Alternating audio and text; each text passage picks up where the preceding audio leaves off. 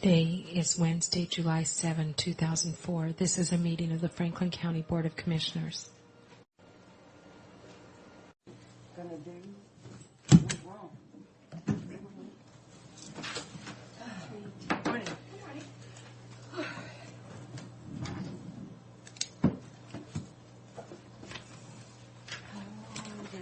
Did you leave it in your office? What? The consent agenda? Oh, I must have. I didn't see it. I'll go get your. See, everything's going wrong this morning. Yep.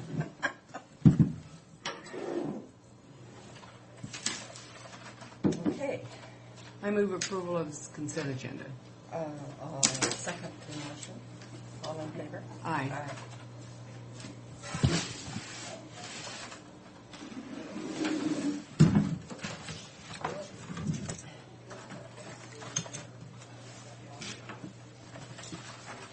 Is that all you have this morning, Kat? Is Yes. Those three items? Well, plus a couple of questions. Oh, okay. Yes. Very short and sweet. Well, then you can get on track. Well, plus Bridget needs to. Yep. Must be your vote.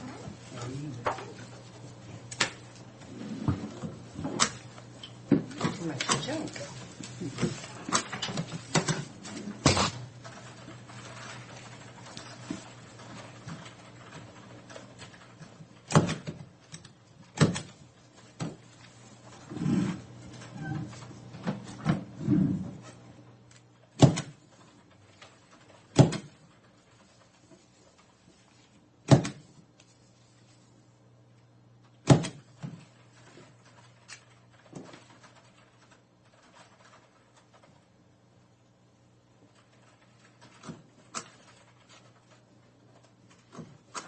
Does the sheriff have spent any money on animal control? What's that? Oh, the sheriff's taken money out of animal control.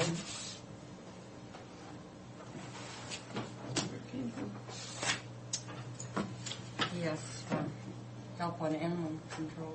I'll tell him to find it elsewhere. Yeah, I would send Frank out to help him. He's not here. Say, we don't have any money, but Frank will be glad to help.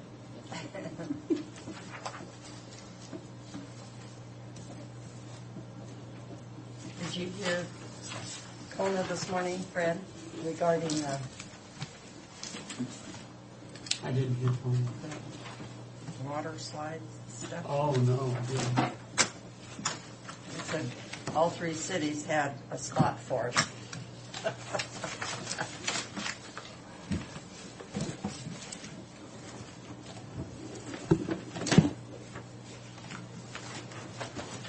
Well, is Cameron up and running? Since we don't have judicial college until January, Oh. we're putting him through a judicial orientation. Oh. And that way he shadows the judges and sees how the dockets run and sees how they're legally supposed to select a jury in. So for about a week and a half, he'll be going through that, and then he'll be up and running. We need to find out if either one of you are interested in attending that. No, it's too far away. Okay. I would otherwise. Okay. This is just a reminder. We don't have a problem in Franklin County, it's just Benton County. I anyway. belong to that method. Do you? Yeah. That's just a reminder of your meeting today with the facilitator. Thank you. And I wanted to remind you that Rich is going to come in today, hopefully, to talk to you a little bit about what to serve at the celebration and so forth. Well, I just mentioned, I got that thing. Oh, good. And, It was still in my refrigerator. oh, yeah, And then look at the other side, how they did it. What is it? invitation. Did I get mine in today's mail or something? No, that was, the No. Greenwells invited me to Oh, their I see what house. you mean. That's just for We his just- friends. For a Johnny, here's sample. Oh, because I was going to say, if they sent one out to that, I didn't get one. Okay. Didn't get one of the Greenwells either, darn. Anyway, the Columbia Snake River Irrigators Association is inviting you to Columbia River Initiative briefing for Eastern Washington policymakers. I'll be out of town. Is the 22nd when, Yes. But what? this What? Because I'm trying to remember what it was. it's Was I the supposed to go RV to? Park Oh, but Grand when's opening. emergency management? Next Thursday. That is the 22nd also, but this is actually starting at from 3 to 5 with a barbecue at 6. So I wouldn't mind It going. looks like They have a Republican rally to me instead Oh, of it does. Columbia River Initiative. Yeah, look at that. They didn't invite any Democrat. No, I know what happened. The Democrats just wouldn't go. Oh, yeah, right. It's like. That's what I thought too. Well, Dino it Rossi should wouldn't say- go to our conference either. He made a big mistake, that's all, I think. No, I'll be out of town. I would like to go, but shit, July 22nd, who knows? Well, that's not too that's far. not too far. Well, it's only May, isn't it? No. And it's from 3 to 5. With the barbecue at 6. So I could go from 3 to 5 and wouldn't have to go to the barbecue if I didn't want to. But you do need to go to the emergency management at 3:30. Then, well, then I guess I'll just have to say that I'll try to attend. Because I like to go to their meetings, but it doesn't No, sound to there me is like... not emergency management on the 22nd. Yeah, it's the grand opening. It's the grand opening, yes. Yeah, and when's it? And the health Yeah. board is that evening. Unless it was canceled. I need to ask them. Will you be home for health board? No. Oh. So I got a I'll have call. to go to In health fact, board. would you call Dr. Yucca and let him know Mm-hmm. that I'm going to be out of town at the risk pool? And I will go for NEVA, but I'm not chairing the meeting for NEVA. Well, Tom Moak will have to chair it. Okay. Okay, so you're going to go to the health board? Yeah, I'm their alternate. Okay. I'm their alternative. Okay. And do you want me to RSVP for this? For you to Yeah, attend? yeah. But it doesn't sound like they're going to have much of a meeting. I like to go to their meetings. They're very interesting. Okay. I just... Well, the agenda's on the next page. Yeah, I think. we have the agenda on the next page. And that is all I have. Bridget does need to take more That's of the her. agenda. Let me go get Bridget. She needs to present a contract to you.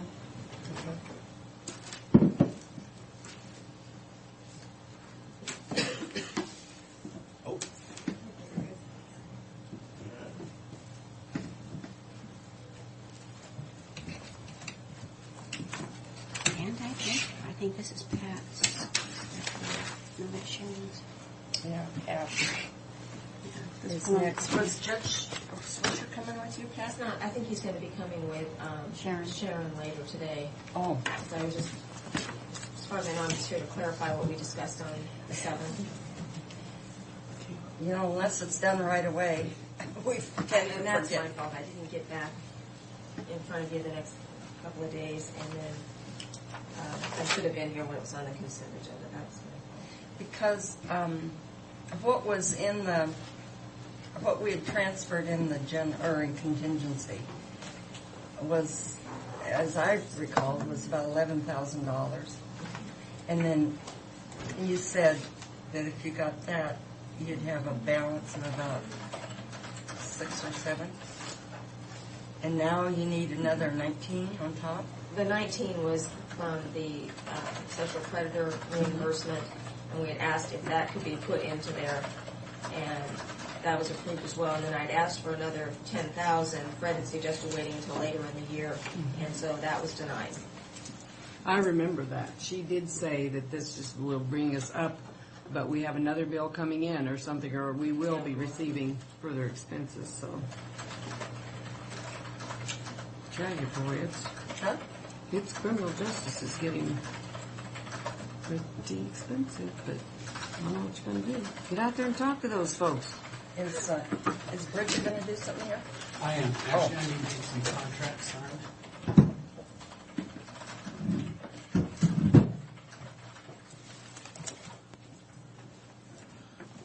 Okay. This is a contract between Franklin County and Lighted Construction.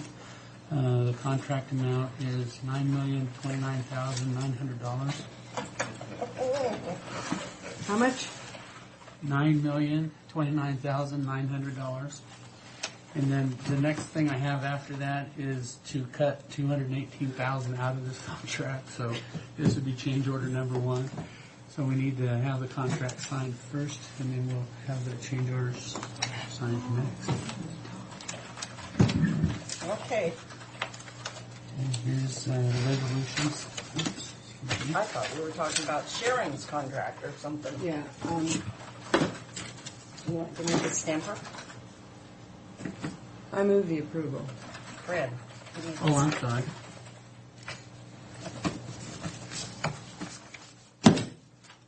It's 320, is that right? Mm-hmm. That's what she's got.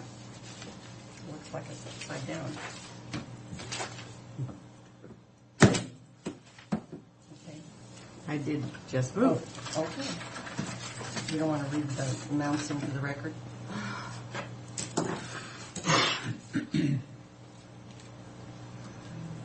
Well, when I find them, I will be, okay. I move approval of the agreement between the Board of Franklin County Commissioners and Leidy Construction for the restoration of the 1913 Franklin County Courthouse, and the amount is $9 million, not used to saying this, $9,029,900. I'll second the motion. All in favor? Aye. Aye. Okay. And then this is the contract here to be signed by the chair. Do you want to hand me that absent stamp, please? We'll do that while you sign it.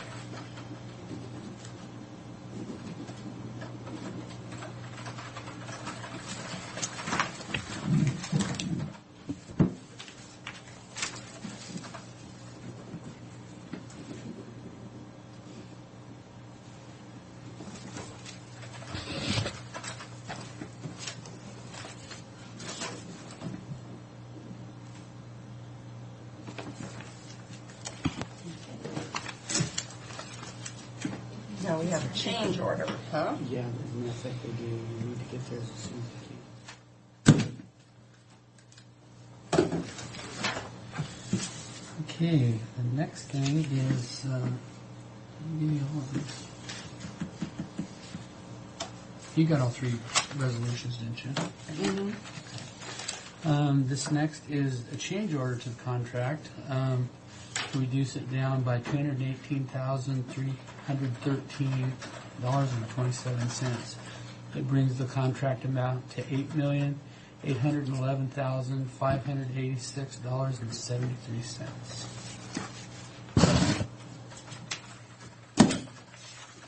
Do you want me to read that in the record? No, You you should can. have it in the That's record. Okay, I move the approval of the change order number 1 for the agreement between Franklin County and the Leidy Construction. I'll second the motion. All in favor? Aye. I just want to add to it, actually there's 7 items that are being deducted, and they're all attached in here, detailing out what these items are. Now, those items that immediately we had to deduct because we're going to be doing them and doing them or not doing them, These items have been cut out permanently. okay, those are the permanent ones.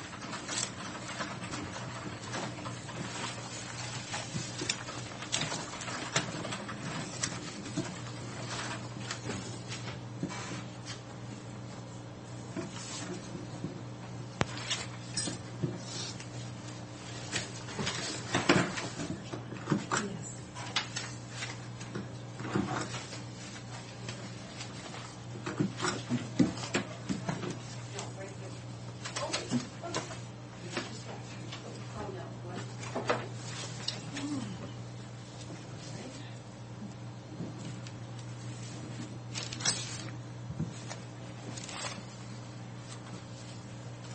Hello. Good morning, Fran.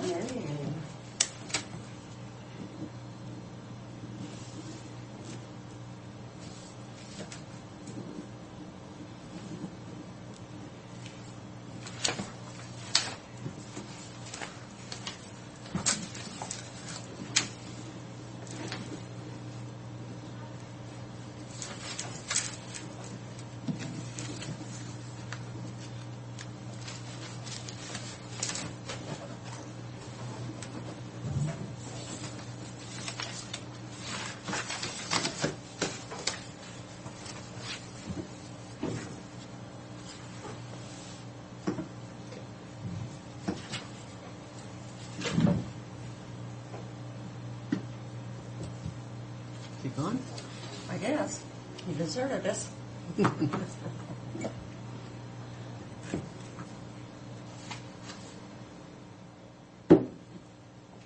Are you done? I'm done. Are you finished? For now, I'll be back. Okay. All right, Pat. We might as well take you a little early. I think we're taking it all away, aren't we? Huh? Oh, I'm thinking mine too. Okay, to go over this again, we had 3 items that we discussed on the 7th. One was there was an $11,000 accounting error where on my original letter coming over, I asked that the civil commitment monies or sexual predator monies that were reimbursed by the state be deposited into our professional services line item. That was never done. However, the commissioners didn't realize that. They passed a resolution authorizing to have that money taken back out and put into the contingency reserve. So basically it shorted us $11,000. So we're asking that that resolution be rescinded and that $11,000 be put back in to correct that accounting error.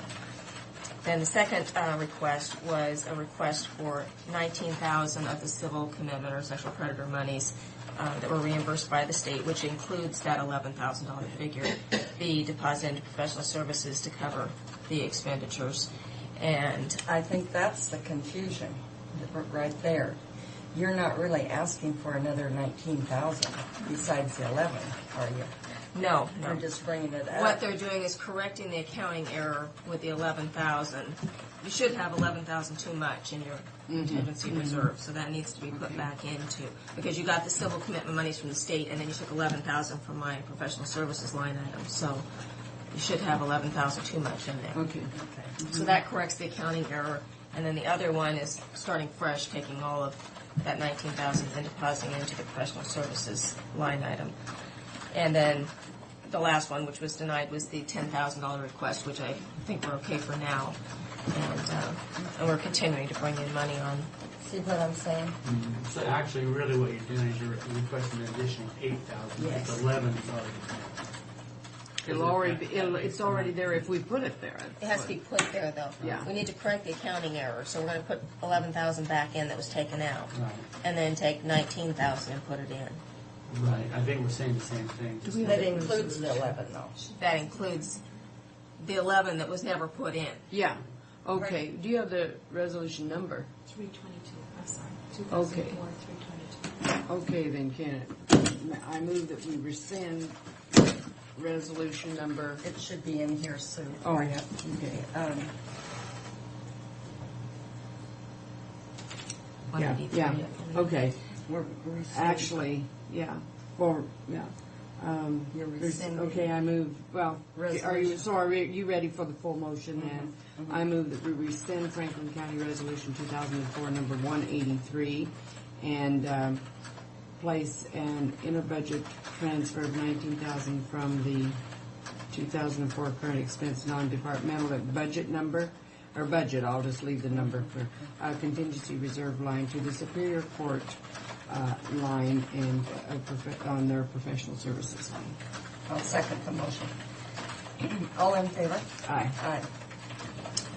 Something I discussed with Fred that I just wanted to bring to your attention.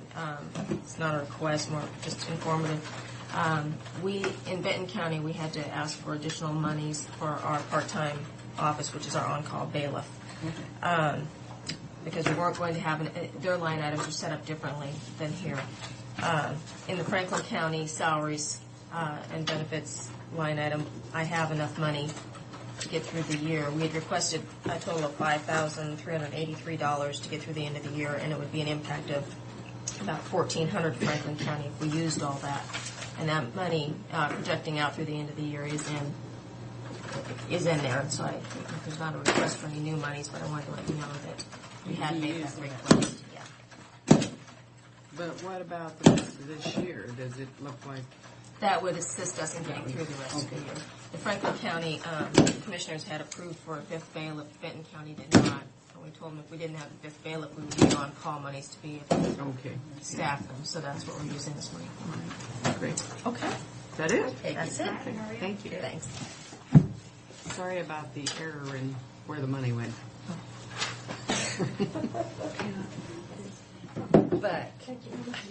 keep saying, in reality, we're really just, we're putting her 11,000 back in and the 9. I mean, Yeah, so we weren't we weren't, putting in An additional 11,019. 19, yeah. We weren't putting 30,000 back. Yeah. And that's what I kept thinking, that we approved the 9,000 approximately in round figures.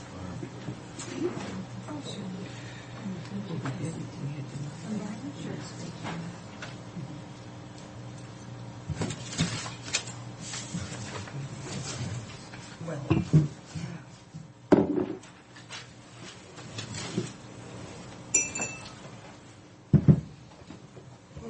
Good morning, gentlemen.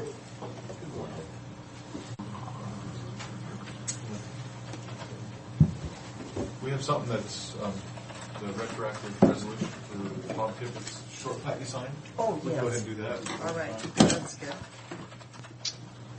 Just the full copies.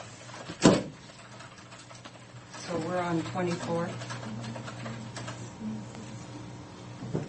I'm sorry, 23. 22 was the one you just did with Pam. Yeah, I don't think we've had that one.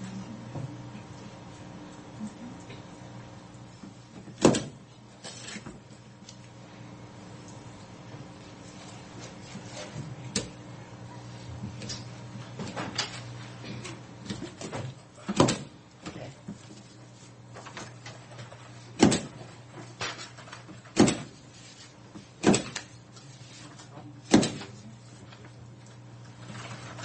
Now, this is just one that needs signed, right? We've already No, passed it. We haven't passed it. That is a short plat for Del Wisdom that the board gave preliminary approval to previously. They came in requesting, they met all the conditions of approval. They came in on a board day when there was no quorum. Madam Chairman met with planning department. They met all the conditions, and there is, I don't want to say it's All of the signatures on the plat was signed except for the commissioners. And due to financing purposes, it was imperative that it be signed. Be So signed, I did that. okay. I think we just do a resolution for our records. correct. So I move a final approval of short plat 2004-05. Second. All in favor? Aye. The commissioners had previously given approval. Right. And that's just authorizing the chairman's signature.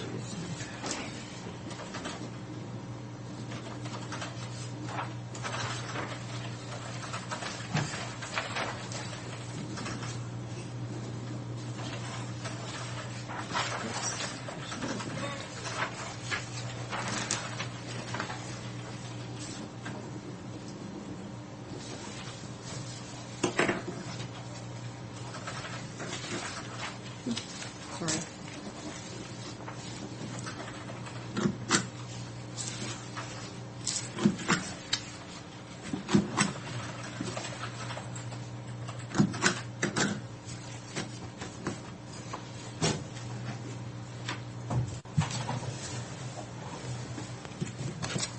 Okay.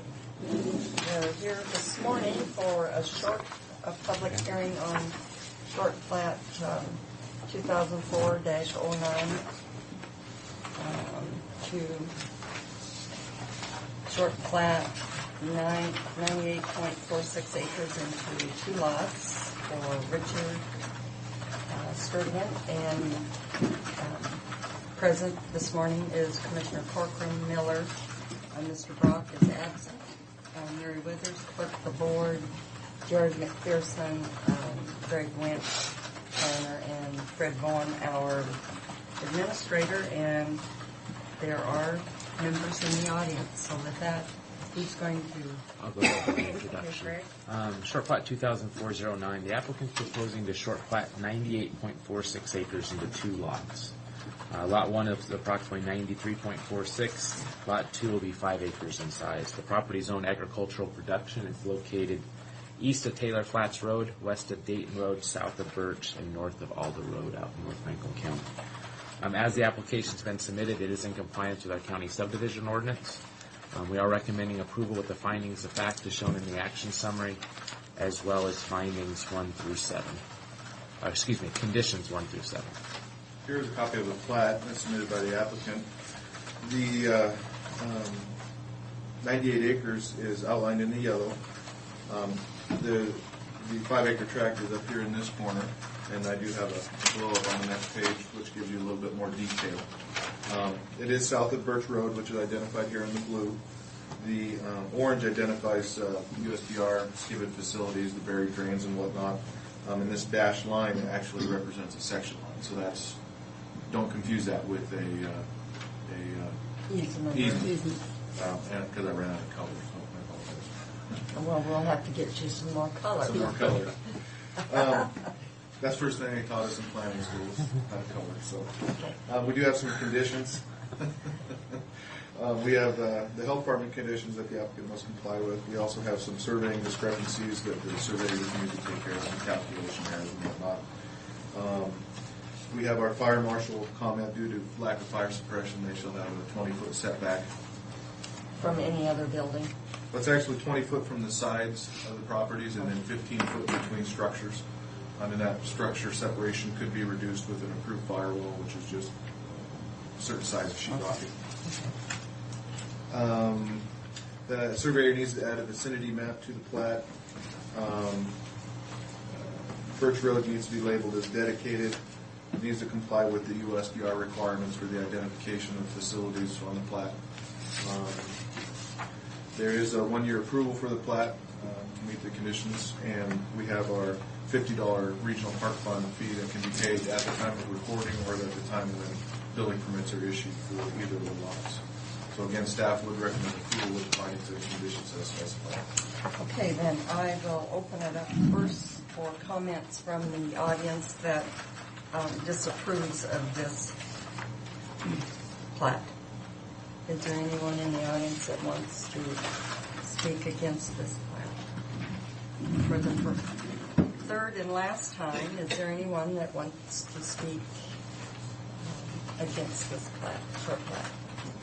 Hearing none, I'll ask if anyone in the audience wants to speak in favor. Your name for the record. Peggy Sturdivant. Okay. The owner. Yes. Okay. And anyone else wants to speak to this? Okay, I will close the public comment and ask Mrs. Miller. I have no questions or comments. Okay. I move that we grant preliminary approval of short plat 2004-09, subject to the 7 findings of fact and the 7 conditions of approval. I'll second the motion. All in favor? Aye. Aye. Motion carried.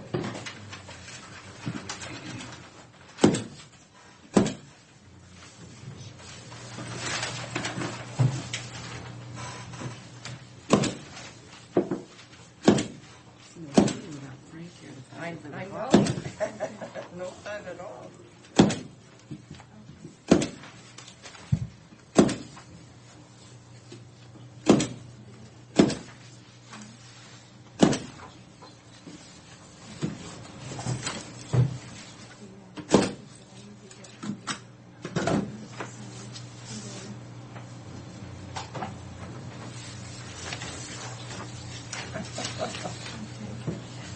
I think I'm going to send you to drawing school.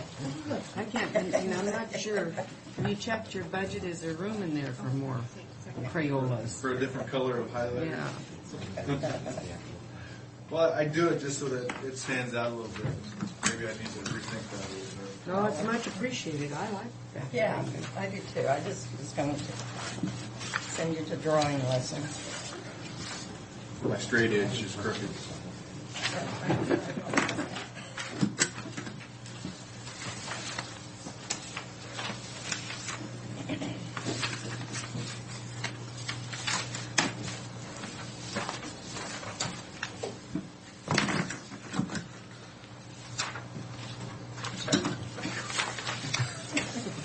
Almost had you absent.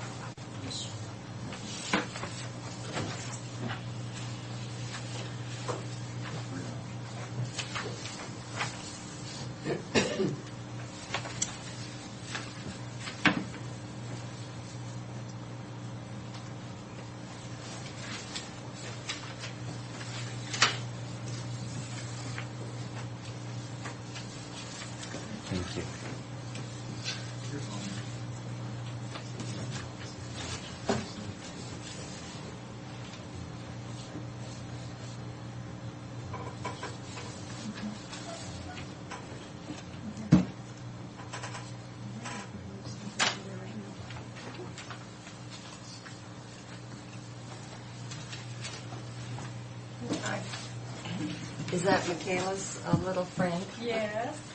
Same Hi. school, same classroom. Used to get to babysit her when she was younger. Yes. Fun.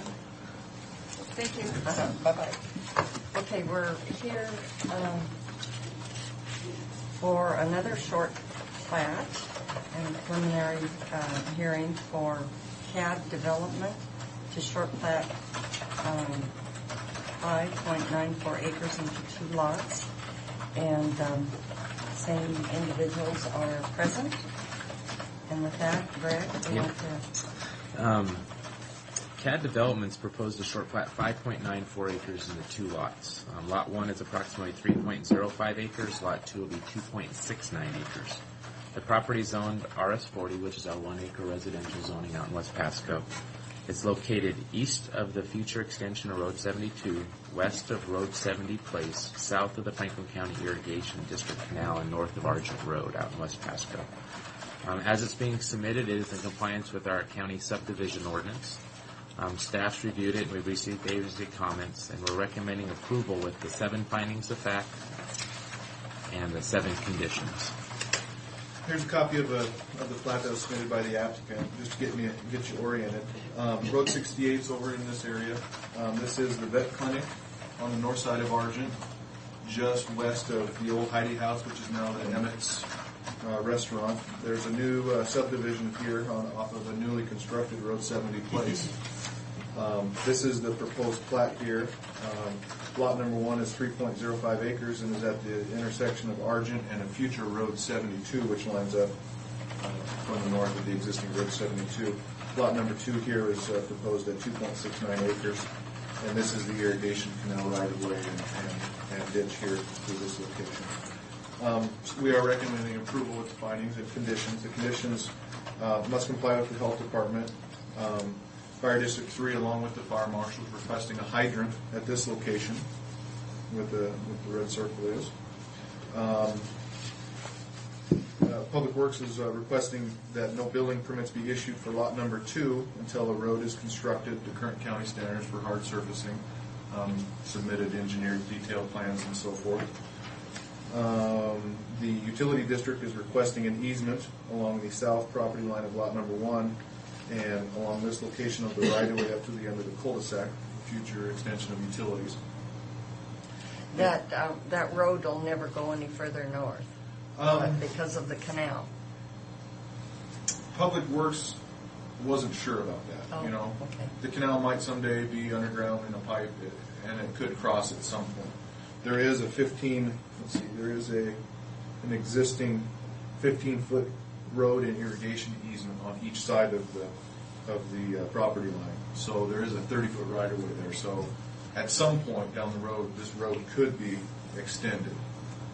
But just to access the north part of this plat, Public Works felt that was adequate at this time. We are, since the provision was put on there about no building permits be issued for the road, there's no sense having the applicant put in the hydrant at this time. We can condition it that the road and the hydrant, no building permits be issued until the road and the hydrant is installed. So there would be no impact other than the plat being recorded and separating off the existing home at this site. So nothing could, what's here is here now, and nothing can occur here until the road and the hydrant is Okay, installed. and then the access for each lot would be off of Road 72, not off of Argent. Correct, because That there's lot an existing driveway here that lot 1 uses. Okay. So with that, there is also the park dedication fee of $300 that can be paid at the time of recording or before a building permit's issued for this lot. And it's only applicable to this lot because there's already a house here. So with that, staff would recommend approval with the findings and conditions. Okay, I would ask the audience if there's anyone that would like to speak against this short plan. Okay, then I will dispense with asking 2 more times and ask if there's anyone in the audience who'd like to speak in favor. Richard Rogers, CAD Development, asking for approval and to answer any questions. Okay, well, I think I usually pop in and ask a question when it pops into my head, so I just was wondering about the road. Normally, Aren't our roads 34 foot wide? The roads are typically 60-foot right-of-way corridors. Yeah, but that's main arterial. Right, and But- Public Works and the commissioners can reduce them down to 50 feet right-of-ways, 25 on each side. But this one is only It's 30, 15 on each side, didn't you say? north of this point, and that's Oh. an existing access. Okay. That's an old irrigation and access easement. From this point up, it's proposed at 50 feet, 25 on each side. Oh, okay. And you were aware of all of that? Yes, we requested 25 feet. I'm a little tight there on the existing house. The state owns the land to the Forest City. Or school district. Yeah, well, It's on the west side of the section line. okay. They have 15, but they, no problem getting more from the state or school district. Okay. Eric, do you have any questions? I don't have any questions. Hey, I move that we grant preliminary approval of short plat 2004-10, subject to the 7 findings of fact and the 7 conditions of approval. Okay, I'll second the motion. All in favor? Aye. Aye. Boy, we just get along fine with no argument. We don't have our agitator here. No, not really.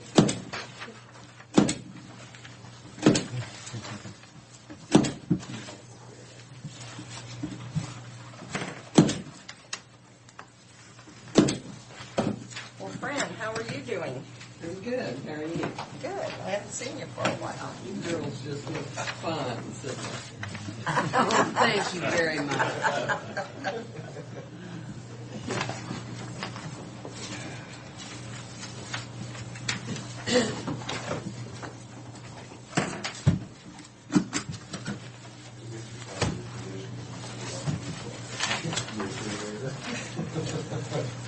Send it to my survey. Send it to your survey.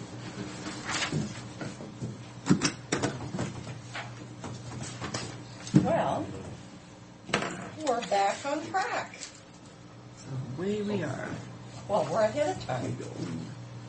Even, Did we have a half hour? Yeah. why you got? No, I was just curious. 9:30 to 10. I was went smoother than could be that Mr. Brooks. I know it. He isn't making all these political speeches and all this stuff that's not important. So,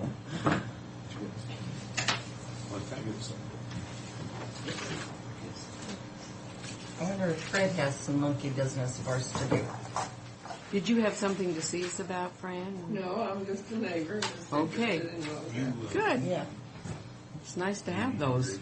We have so few that come in just because they're interested. That was those houses that are built up on the east of the veterinarian.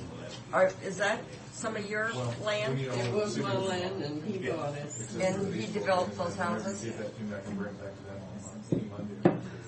And the reason this is still in the county is that they couldn't close off access to Bellevue Oh, Yeah, everybody, to the the city. commissioners and the auditors. Otherwise, they'd be in And then I'll get you isolation. the commissioners and then get the auditor. Oh, uh-huh. So he couldn't get 10 houses in this little strip. Oh, I'm trying to get that $300. yeah. I'll get it for you if I don't pay your taxes. Thank you.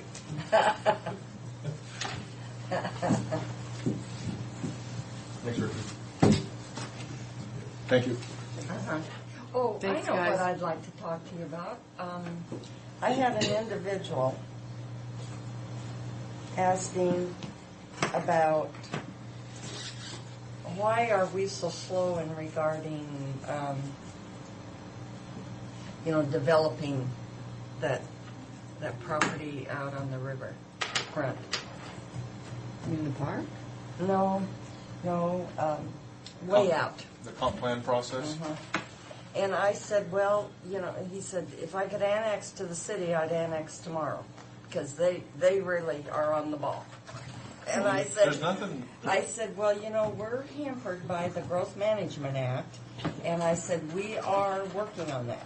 Now, it isn't any relative or former relative of mine that was asking me, this is somebody else. I know who it is. And he's actually, if it's the person we're thinking of, he's actually not in the boundary, not eligible. Oh, Yeah, he's We're- outside there. We're trying to put a proposal together through the comp plan process for a rural shoreline development, like we talked about. yes, yes. And And we can include his property? Yes. we're planning to. Oh, okay. We had a public meeting Well, workshop when last when night. he- He wants it to happen. Yesterday. When he sees me at a function, again, I'll be able to answer him. Because I said, I think we work pretty well with people, but I said, we have to send that into the state. It has to be approved. I said, we've done well with our Growth Management Act because we haven't been challenged. And I said, We actually had a workshop on it last night with the planning commission. did he come? You knew about it. But, and they seemed very comfortable with what we were doing, so it's just a matter of, it's not just that little piece that he wants, it's the whole comp plan we're working on. That's just having to be a part of it. I know. capital We facilities. can't approve pieces of it, huh? We can, but we wanted to, when he's asking for would be to amend in the large urban growth boundary as it stands right now, and Pasco's come out against it, enlarging that boundary out there. They don't only that, they want it brought back. So the only way that we can include him or surrounding properties is to pull that back and readdress it in some fashion. So that's what we're doing now. And so he's getting. Why would the city be opposed to that? Would you tell me? I think it's a financial, it's two things. It's financial, because it costs for topography, they'd have to run big pump lift stations, and then it's also political because there's not a no growth, but a slow growth movement, and they have a report that says that they have enough property within their current boundaries to serve within 50 years.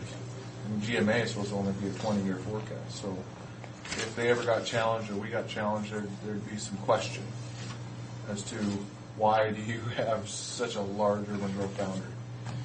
And can you provide services to these people within 20 years? And there's probably no way they could. And there is a sense of a liability there if you can, Yeah.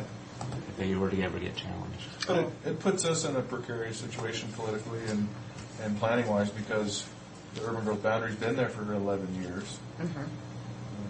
You take it away, I mean, you have urbanized development that has occurred in there, so that's why we're going with the rural shoreline development. Okay. We're trying to get creative. Because we still have to justify it to the state.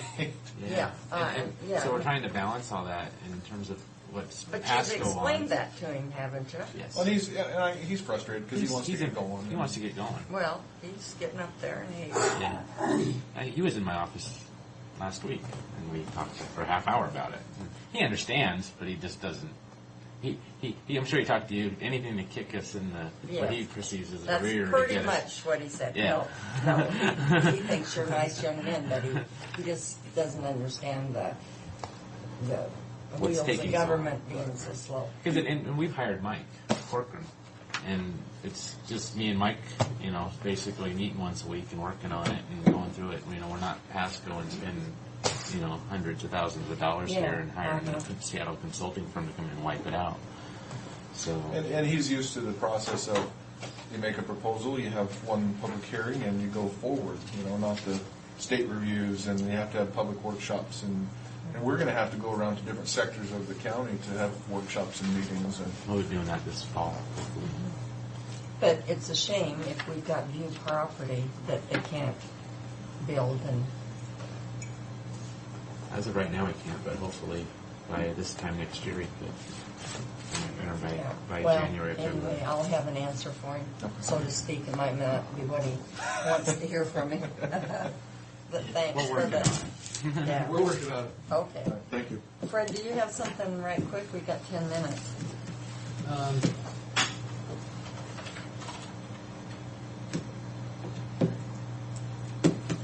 Yeah. Well, we might as well utilize the time as to sit here and read the paper. It's true. Very true.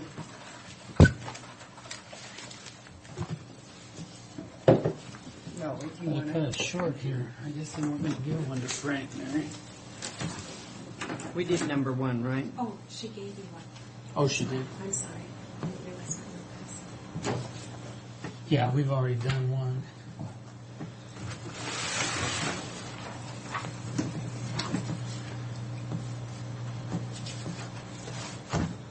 Number 2, I just went to Marie last week and asked her if she could show us where we are with the cash flow of the county, so I brought that in just mainly for your information.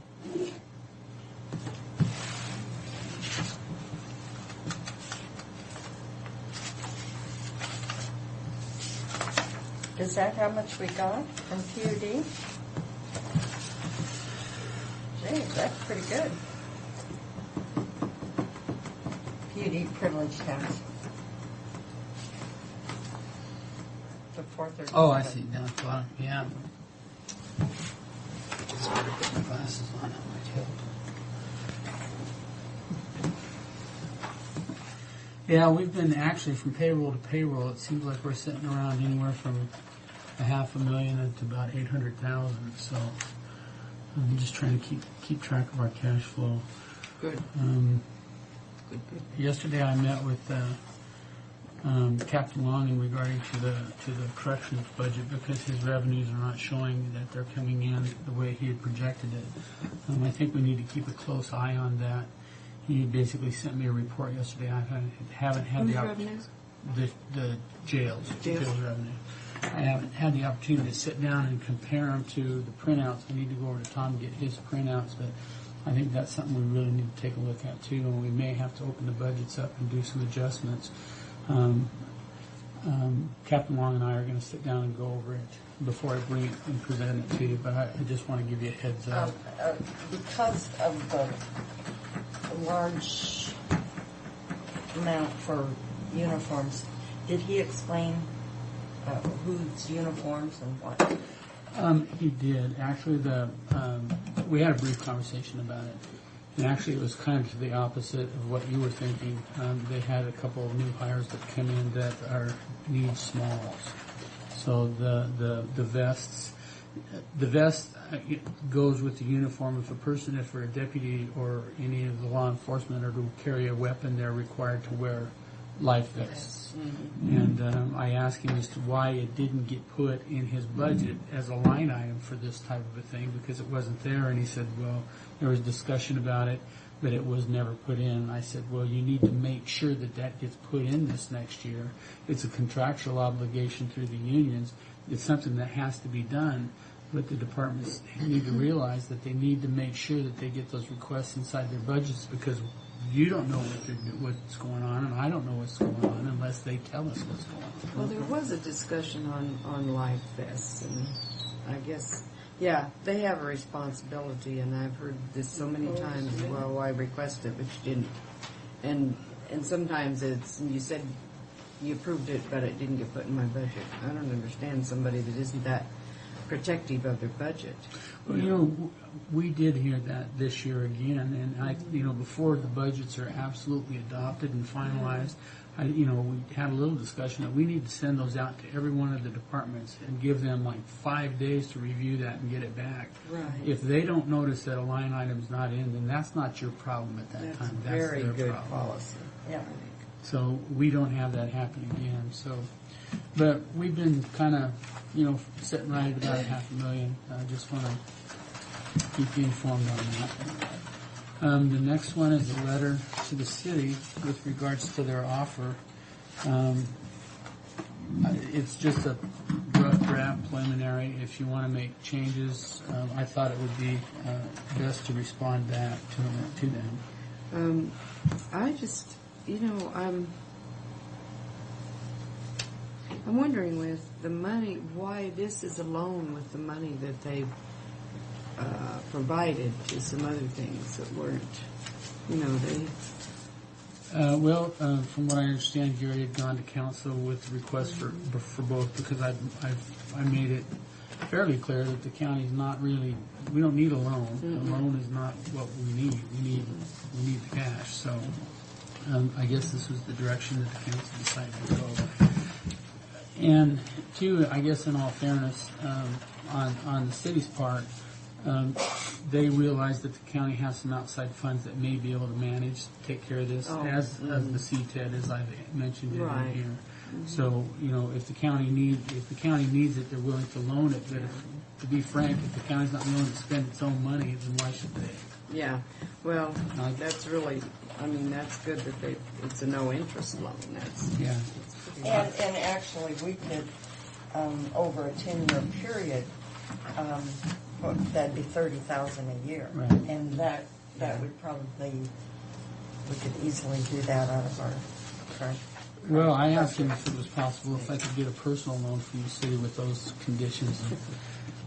He was kind of wishing he could too. So well, he's not going to take that to the council? I don't think so. Well, what do you think? I don't see anything wrong with this letter the way it is. I think it's fine. The wordsmithing person you are. Oh, I better really scrutinize it and find some word I can change to keep my... You don't look like Tim. Thank you.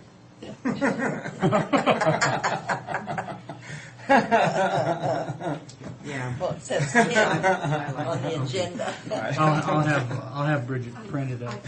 Oh, you do? Okay. I could embellish upon it, but then Frank would take it out. So What is that right there? Fred. Is that the letter? Isn't Pardon that me. the letter? Oh, I'm sorry. Yes, it is. I was going on to the next. I think. Got that done. Does it need a motion or? I move the approval of a letter to the city council regarding, or to Gary Crutchfield, city manager of Pasco City, thanking them for their offer of a 10-year no-interest loan for approximately $300,000. Not asking for the loan at this time, but assuring them we will keep it in mind. I'll second the motion. All in favor? Aye. Aye. Oh, that just had to be signed by Neva, right? I'll let you have it. Oh, We were waiting for you.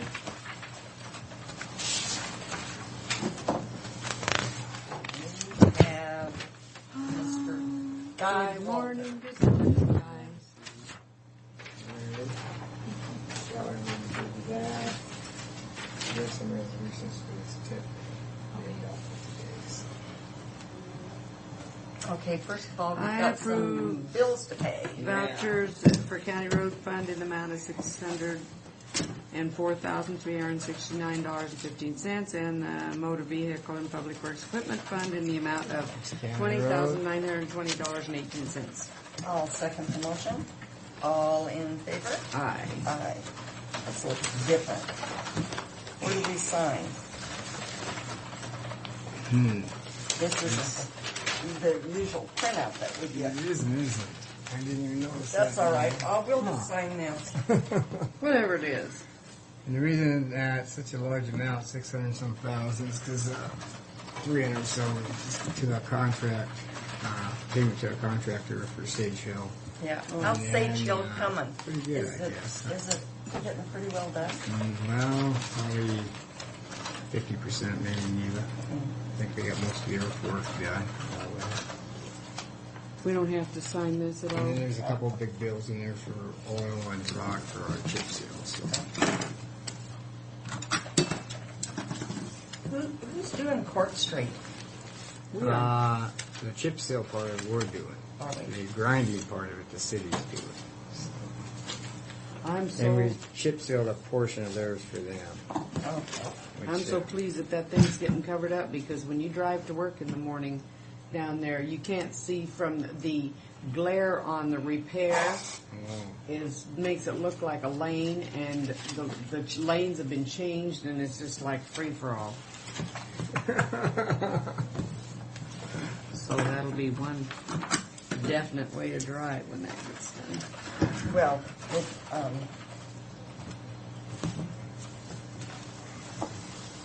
seems pretty good. Okay, we've got a public hearing on the 6-year TIP. Transportation Improvement Fund. continuance from our June 28th meeting. And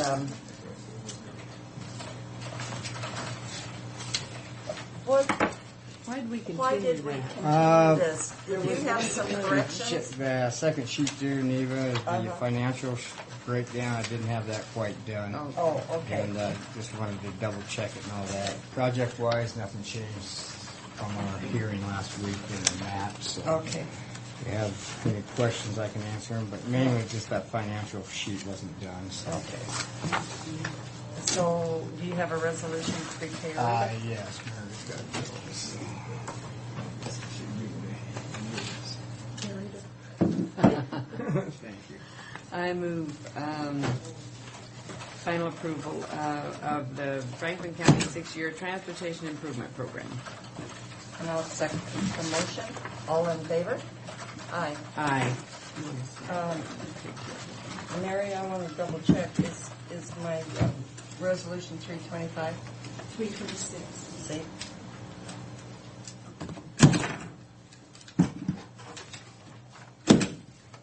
The second thing I handed out is our bridge condition report that goes along with the 6-year TIP. And Do pretty we much, just attach it? yeah, We cannot keep these final ones?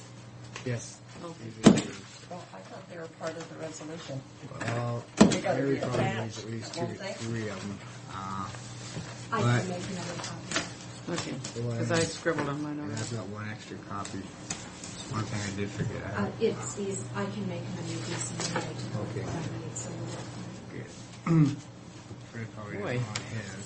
This is interesting. Wood wedges have fallen out of the west end of the bridge. Nail or screw wedges.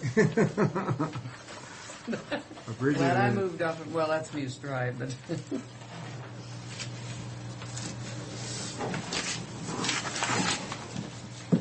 As you know, we replaced Crestlog Bridge earlier this year, actually late last year, with a culvert pipe, and we're going to do the same with Fur Bridge this winter, and Walloop and Everett get replaced with new structures.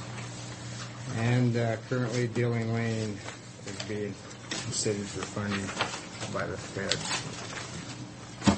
But overall, our bridge is in pretty good shape. We only have 6 of them that rate under a 60, and they Okay. have to be all the way down to 50 before they're even eligible.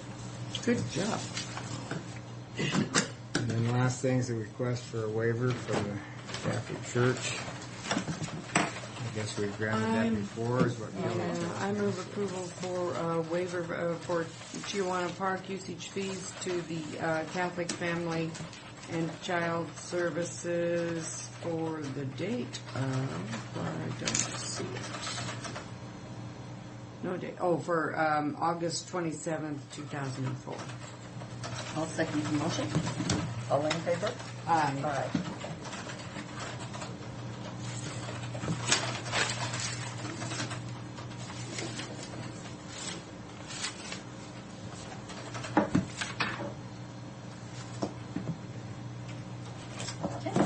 You got anything else? Other business? No, just Sage Hill project's going on. We're about 90% done with our chip sale. We're not doing any this week. No, we've got, I read somewhere where we've got a report of some of the claims for the spraying out on the Clotis area. Their names, The only one that I know of claims so far that's been turned in for sure that I know of, Neva, is Lovers. yeah, but Joe Roach did too evidently, but amount to be determined. And I went up with Ron, looked at Lovers, and I mean,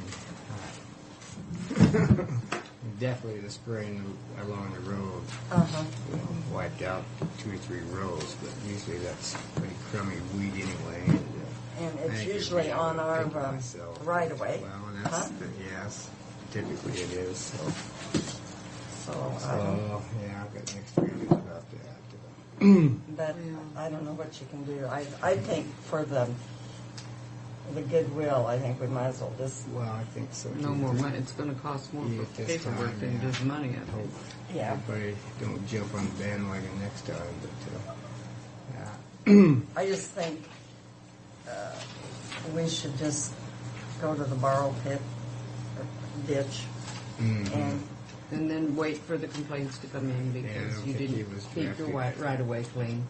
Some of those areas like that, he wasn't really directed just how far out he should have went. You know. Yeah. Most of them farm right up to the road, and we should, if we don't mind that, because it does control the weeds most of the time, you know. So he's just gonna have to be a little bit more careful next year. Yeah. Well, if they're going to go along on top of it and spray again, they got a double dose or something double whammy, hoping for part of it. environmental folks don't hear about that. Well, that's about it, I guess. I don't have much else. So. What you guys do, right? Well, the only question I had, I got a call from Steve Lowe regarding the county issuing liquor permits at Chewing Park. Since it's inside the city boundaries and their laws prohibit any liquor permits. But it's our park. But you know, He seemed to have some difficulty with that because it's inside the city limits, even though it is run by the county, it's still inside the city limits, and they don't allow any public events that have alcohol at it. So he was going to call Tim, and I'm just curious, have you heard anything about that? No, I haven't. well, Tim has written a letter expressing concern about liquor use in Chiawana Park to someone, city. Well, I got a copy of it. Steve was saying that it should be cleared up with the city before we continue on. But I think with our procedure that we have, you know, where it's permitted and so many people, and it's registered with the sheriff. Why don't we just And clear we- it with the city and get, you know, a clear picture of what we're dealing with? Because Well, I guess, but as long as I've been in the county, I have never known a problem yeah, in well, the park. but there are more parks going now non-liquor, and so there must be a Well, problem. Sacagawea is going to go They have with liquor. no, non-liquor, no liquor. Well, just think about it. Currently, you can still have liquor. Pardon? Currently, you can still have liquor. Yeah, but they are in the process. But all the court parks, you never could have any booze in those. Because we had a hearing on that. I attended the hearing about it, and the Corps is very anxious, and the Park Service is very anxious to make sure there's nothing out there. But of course, it's more isolated, but there's been complaints, not so much about the... Well, I think But that- just let me tell you, please, it's not so much about the parties that we've sanctioned or anything, it's the people coming out there and going over fences and around. And That's having- right. That's right. If it's not permitted, then I think it would be illegal. You know, like an individual So liquor family by- goes yeah. there and has a picnic and has So perhaps liquor by permit only is Yes. kind of, but I think we should talk to the city and find out what they're, because if they have the feeling that we have to go by city rules, then we need to hash it out and get a straight picture of what we're gonna do, so that there's no question. But like I say, Well, as long as I've known us to have permitted picnics for a certain number of people, and that there'd be not liquor, but usually it's just beer. I have known of no problem. Well, I haven't. I've never heard of any either. You know, Larry doesn't like it because Well, he fills yeah, up but his he's trash cans. Well, but he's I think you can have a certain amount if of it's drinking just a matter of if it's permitted or work, not. that's a whole different ballgame. You know, if it's, I feel Well, bad for him, but not real don't we bad. have damage deposits? And I mean, if it's You damaged our trash can with too many beer bottles. It roamed and groomed all night long. But, I wanted to tell you that I visited with Kevin Carley, or he visited with me, and at the signing or the swearing in the other day for Judge Mitchell, and he said that he has urged us, or is urging us, to put stop signs out there, 4-way stop signs out there where Hector Amio is complaining. And I really, for one, would like to see it. I've had numerous conversations with Hector. He's, and I drove that street last night. And I'll tell you what, it's a little bitty narrow street with lots of people living on it, and I think it'd be worth a try. And if people are going, and I told him, I said, well, there's been a concern that people are just going to drive faster between the stop signs. And he said, fine, then they can get a ticket. And a few tickets will slow the traffic down. But he is very, and I'd like for you to take that message back to Tim, because I really wish that we would do that. Well, you know, we're all Can't for hurt, that. might help. With the little, the Uniform Traffic Control Device manual that we go by that the Federal Highways puts out, doesn't really warrant, you know, for that situation. And I told Hector that, but Tim's still willing to bring it to the board, and if you guys want to do it. What is the Federal Highways talking about? Are they talking about highways No, and we're county talking- roads? These are local access Local, streets, very yes. Mhm. thin roads, They have skinny little certain roads. standards or requirements that, you know, that first of all, Sue, the traffic has to be a certain volume, which doesn't really reach close to being out there in that area. Second of all, it's going to be sort of equally spread between the 4 lanes of the intersection, and the majority of that traffic's going east and west out there, not north and south. But anyway, the manual's not, you know, you shall do this or you should, or it's got a lot of that type of language in it, so it's still up to us if we wanted to. And Yeah, Tim and I mean, talked we about can, at least trying it for a month or two and seeing if it helps. The other thing I'm going to do is meet with the school people out there Yeah. and see if they feel that there needs to be some broader school zones and stuff. There's only one right there in front of the school, and the signs underneath the tree, you can't even see it, and everything else. So.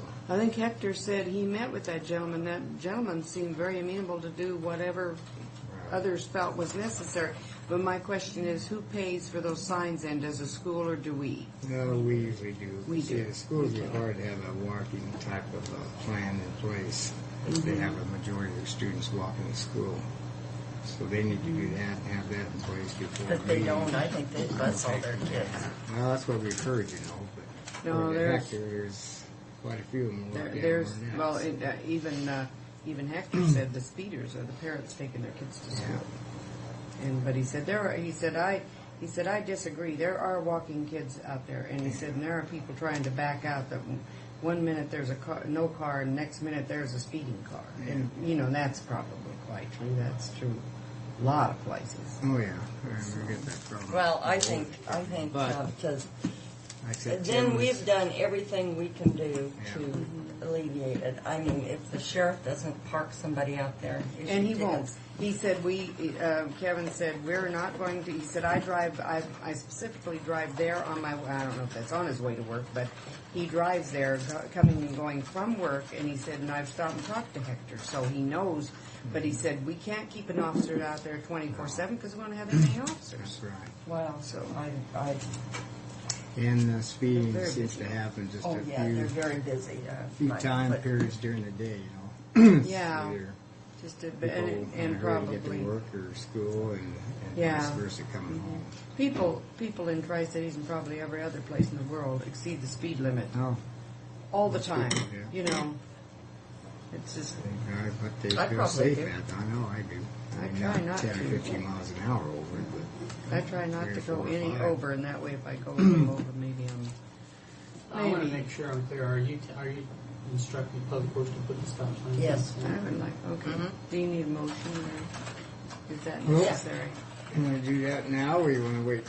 No, I just didn't Well, do it now. am I talking about the right? Am I saying Mhm. the right Right. road is what I want to make sure in my 40, motion? 44 and more now. Okay.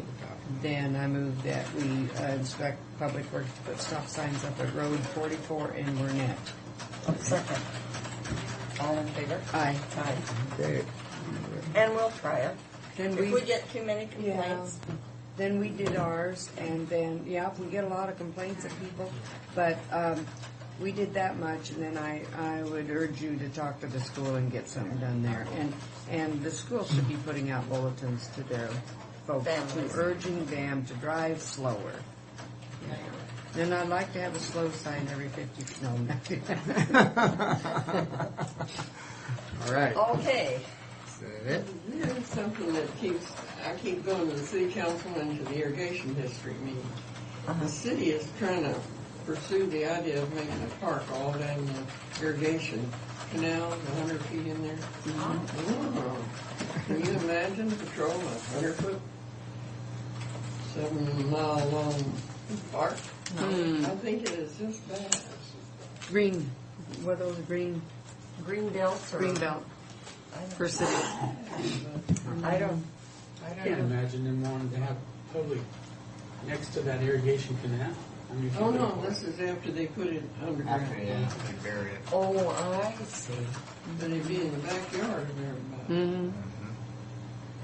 It'd make them real happy till people started using it, you know, till they found out how nice it was. Everybody'd say, oh, great, look at But that. you know, I don't think our bike path down by the river in front of those homes, I don't think that's caused I those don't, homes a bad, I mean, I don't think they're, I don't hear anything. In my neighborhood, there's been a couple of people who have said, you know, I got robbed, and I know they came off the bike path. And then 2 weeks later, I'll say, did you get any clue on that robbery? Oh, we found it. I was, you know, so you know, it's the first thing you think is people coming in. But Yeah, I just. That's don't think that beautiful many down there. criminals are riding bikes or hanging around the Yeah, bike but path that myself. irrigation canal doesn't got no But beauty there. that's, Yeah. no. No, yeah, it's it's the hideout. yeah. Right. See you later. What did we thank ever you. hear, anything about Havstead Park down by the bike, Oh, the dike there? yeah. Is that still a mess or? I don't know, Neva. What's that little bitty? Is that The the one little bitty that, teensy weensy? That all those houses in far that out. subdivision owns a little piece of it? Yeah, Tim's one of them, isn't he? Yeah, Tim. Tony owns a piece of it. I think they cleaned it up a year or two ago a little bit, but still. But I think there's kids that go down there. Oh, and yeah. it's- But I worry about the brush and that ever starting the fire. Because there's some duplexes close to it and all houses are close to it. So, well, I guess our next individuals aren't here, so you want to jump in? It was number 4, and then the rest of them are just the budgets. But when I went out and asked why that was on my agenda, they explained it to me. And what John wanted to do was basically sell that lawnmower for $50 to Columbia Feed and Grain. I said, you can't do that. It has to go to public auction. You Well, can't. can't they just take it in as a trade? They could have if he would have traded in at the time. Apparently he didn't. I'm not sure. Well, he could always just trade it in now and have him give him $50 off on it. For a voucher for the next one, probably. Yeah. Uh-huh. Or couldn't it be A credit to us? We could work it that way, but you cannot just basically take a piece of county property and sell it to them. and cover up selling it by saying this or that? It has to go out to bid, or else, that's why we just take it, Let him make a bid on it. well, you have to do a public hearing. We got a long day. It's very difficult to get rid of county surplus without going through the whole process. I would suggest we just give it to him and get it out of there. Just give it to them. Just give it to him so it's gone. Throw it in the garbage can, and whatever happens, happens. Yeah. Stay out of trouble? Just Yeah, that's the point of that. This is scary. When these guys come in, Steve's not with us, so Yeah, don't hold that against that makes it a third less scary. A while back, you guys approved a purchase for Mike's office for an imaging system to be paid for. I think, well, with several different budget Several lines. different Part of budget it came lines, out of right. the historical document Majority. budget. how much come out of that? Do you remember? Since a few months ago. yeah, it's several months ago. So we took some out of IS budget, some out of Mike's Mike's budget, budget. some out of the Yeah, one I that Zoe remember has that. and whatever. And so we all worked together and got that purchase moving. Well, then we found out after the fact, there was a piece of software that we thought was included in that package, but we found out after the fact it is not. So we need to buy another program before this system can go into place. And we think we have the money allocated for it. I mean, we have the money in our budgets, but we just need to get approval to buy. Right.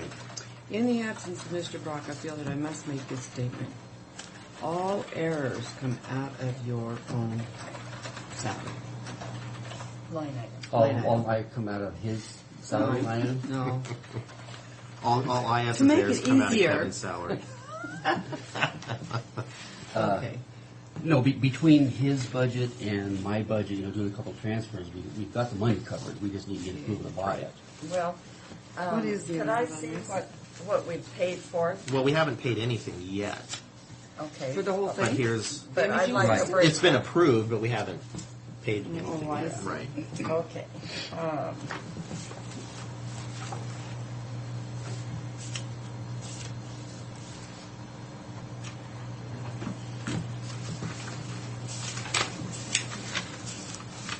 Okay, how much does that imaging system cost? The total was, yeah, No, I mean, the subsidy, 74 I mean, total. 74, and then Here we go. what's this other cost that we? 11. 11. 74. Total 74 with all the, 501. this is an easier one to look at.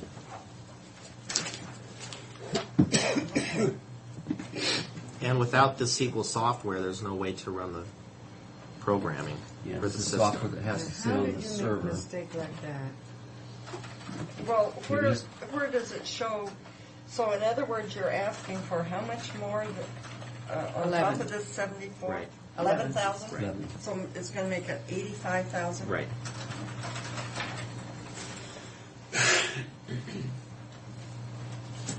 And that 11,000 includes tax? Yes. Yes. And you've got so it in you're taking 8,000 out of professional services? For this budget, yes.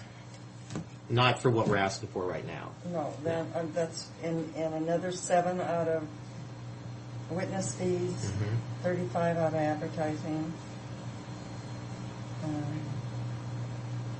material witness fees 3,000, and then out of our computer 16, and auditors O&M 31. So where are you taking part of this 11,000 out of your budget? Out of our computer repair and maintenance budget, I can take 5,900, and Mike said he can take 5,000 from, what I wanted to do is take 5,000 out of the collections deputies line item and then reimburse that with the money that the AOC and DOC has reimbursed the counties for collections. So move that 5,000 So in other out of words, that. that's not going to be a revenue, it's going to be a reimbursement from DOC. Correct. Did we show that as a revenue when we budgeted? Mm-hmm. Well, So we'll be that- taking part of the revenue then. Mhm. And so what happens if, what makes you think we won't need that? You won't need that. It has not been allocated for anything, it's just there Oh, as it's revenue. just there? Right. Well, There's no it's- expenditure with it. Well, it is, because when we balance the budget, we're balancing to the, see what I'm saying? Yeah, but I mean. I'd like to if see the people- budget book, actually. Whatever revenues come in, it's all All goes in totaled the up as general. the X amount, and then that's all spread out through all the different departments. So it's, all revenues are not allocated back to the individual department, it's allocated to the Right. whole county. And another question I have, Kevin, is if you take that out of computer maintenance, where are you going to be with computer maintenance? We're halfway through the year. I think we'll be okay. Well, that, I guess that's a gamble too, because, if you take that out of there and you don't have any problems, then great, that's going to be fine. I don't see how we cannot buy the software if you've already spent $65,000 on whatever for hardware, and now you need 11,000 for software. Yeah, we can't move But- forward without this. But I can't see Rob and Peter to pay Paul, is where I'm heading with this. Because if you take it out of your computer problem, computer repair and you have problems with it, then it's just going to come back and bite us later. Yeah. Like what you're suggesting that we do, we've already spread that money over to other departments, so that money's not available. So really, it boils down to the commissioners deciding whether or not they want to take it out of the contingency and half out of your budget, gambling that the computer's going to hold out to the end of the year. Yeah, and there, I've got some overage in the personnel line because we were understaffed for about 3 months or so. So at the end of the year, if it looks like that line's in trouble, I think we could take some out of the personnel. What would be wrong with taking, how much do you have available in personnel? Right now, it shows 41,000 extra. I would I would take it there. I'd take it from there. Just take the whole thing out of there. Yes, take the whole thing out of that. Okay.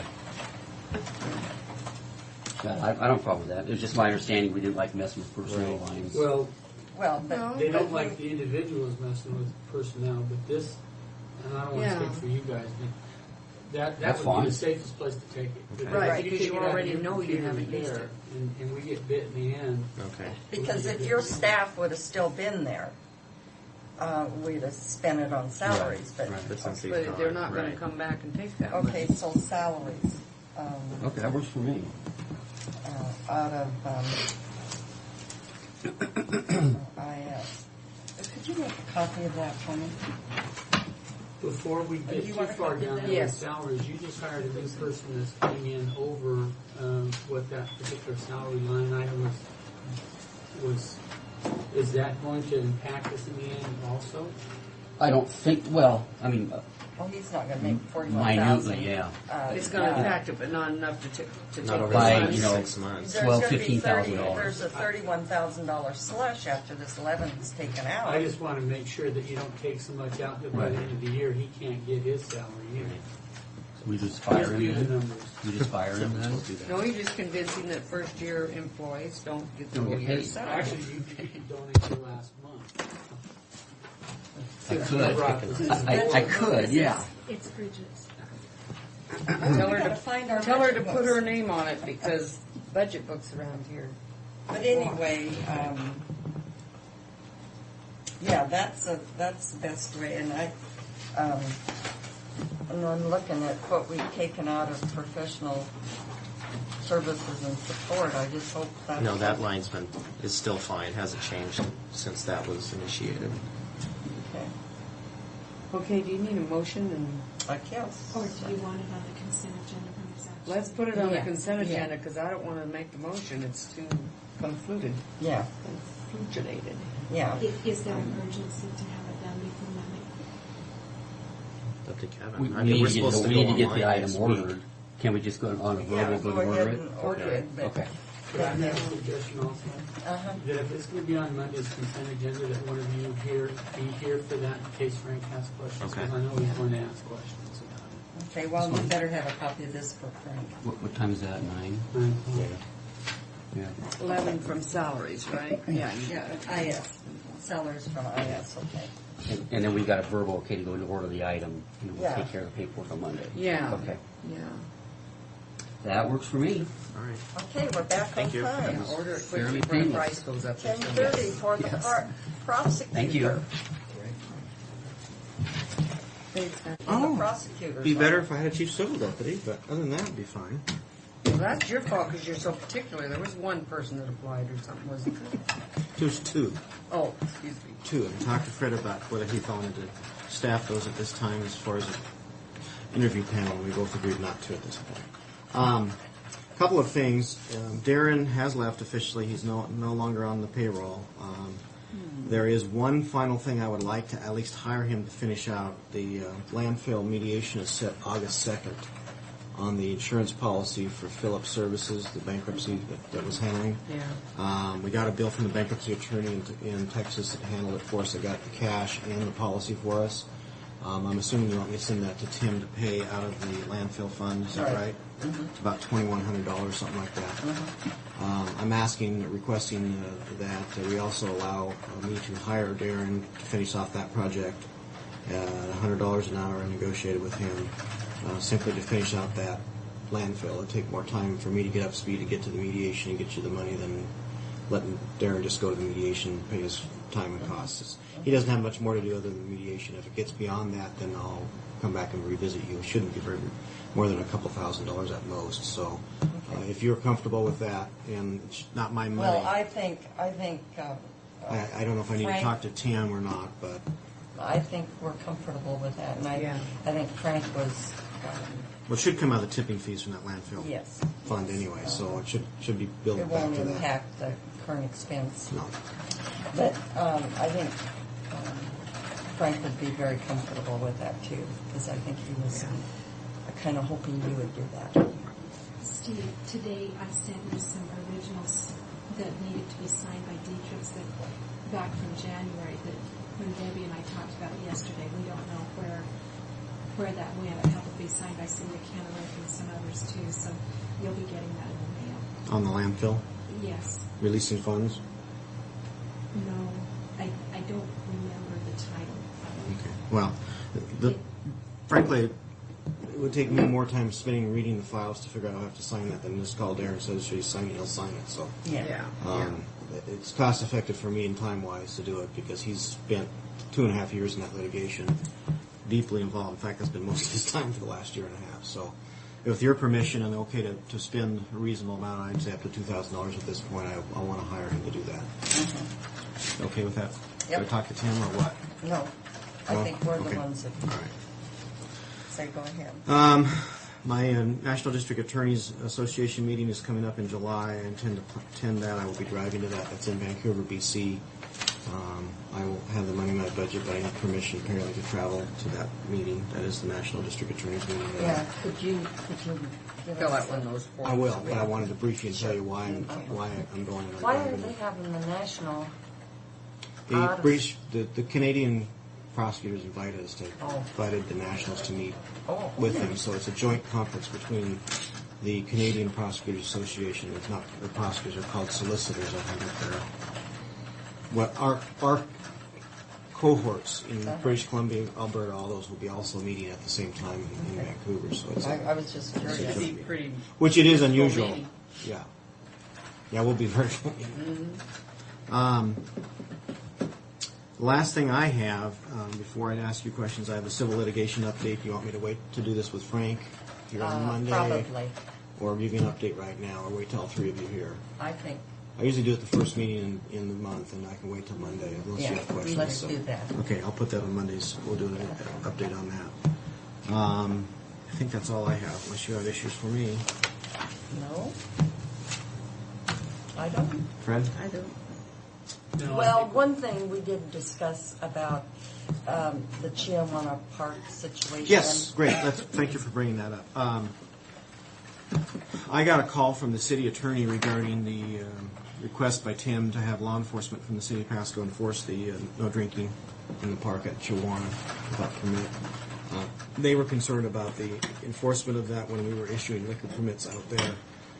I sat down and looked at the code. There's some gray area whether they have jurisdiction. They do have jurisdiction in the park because it's in the city, and if it's a recreational facility, they can legislatively control whether alcohol is used in there or not.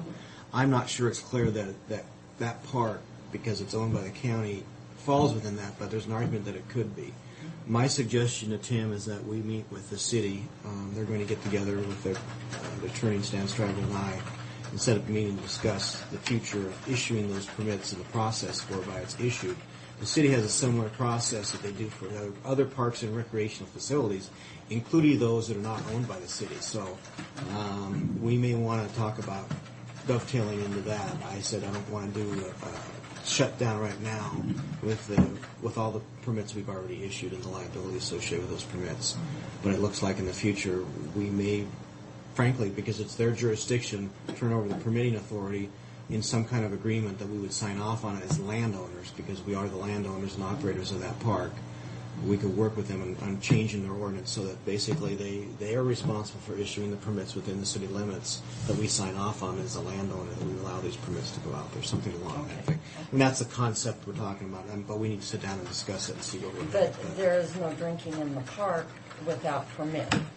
My understanding, that's correct. Yes, and And so that's the distinction, you know, we talked a little bit to Guy about it this morning when he was in, and he said, I said, well, to my knowledge, we've never had a problem.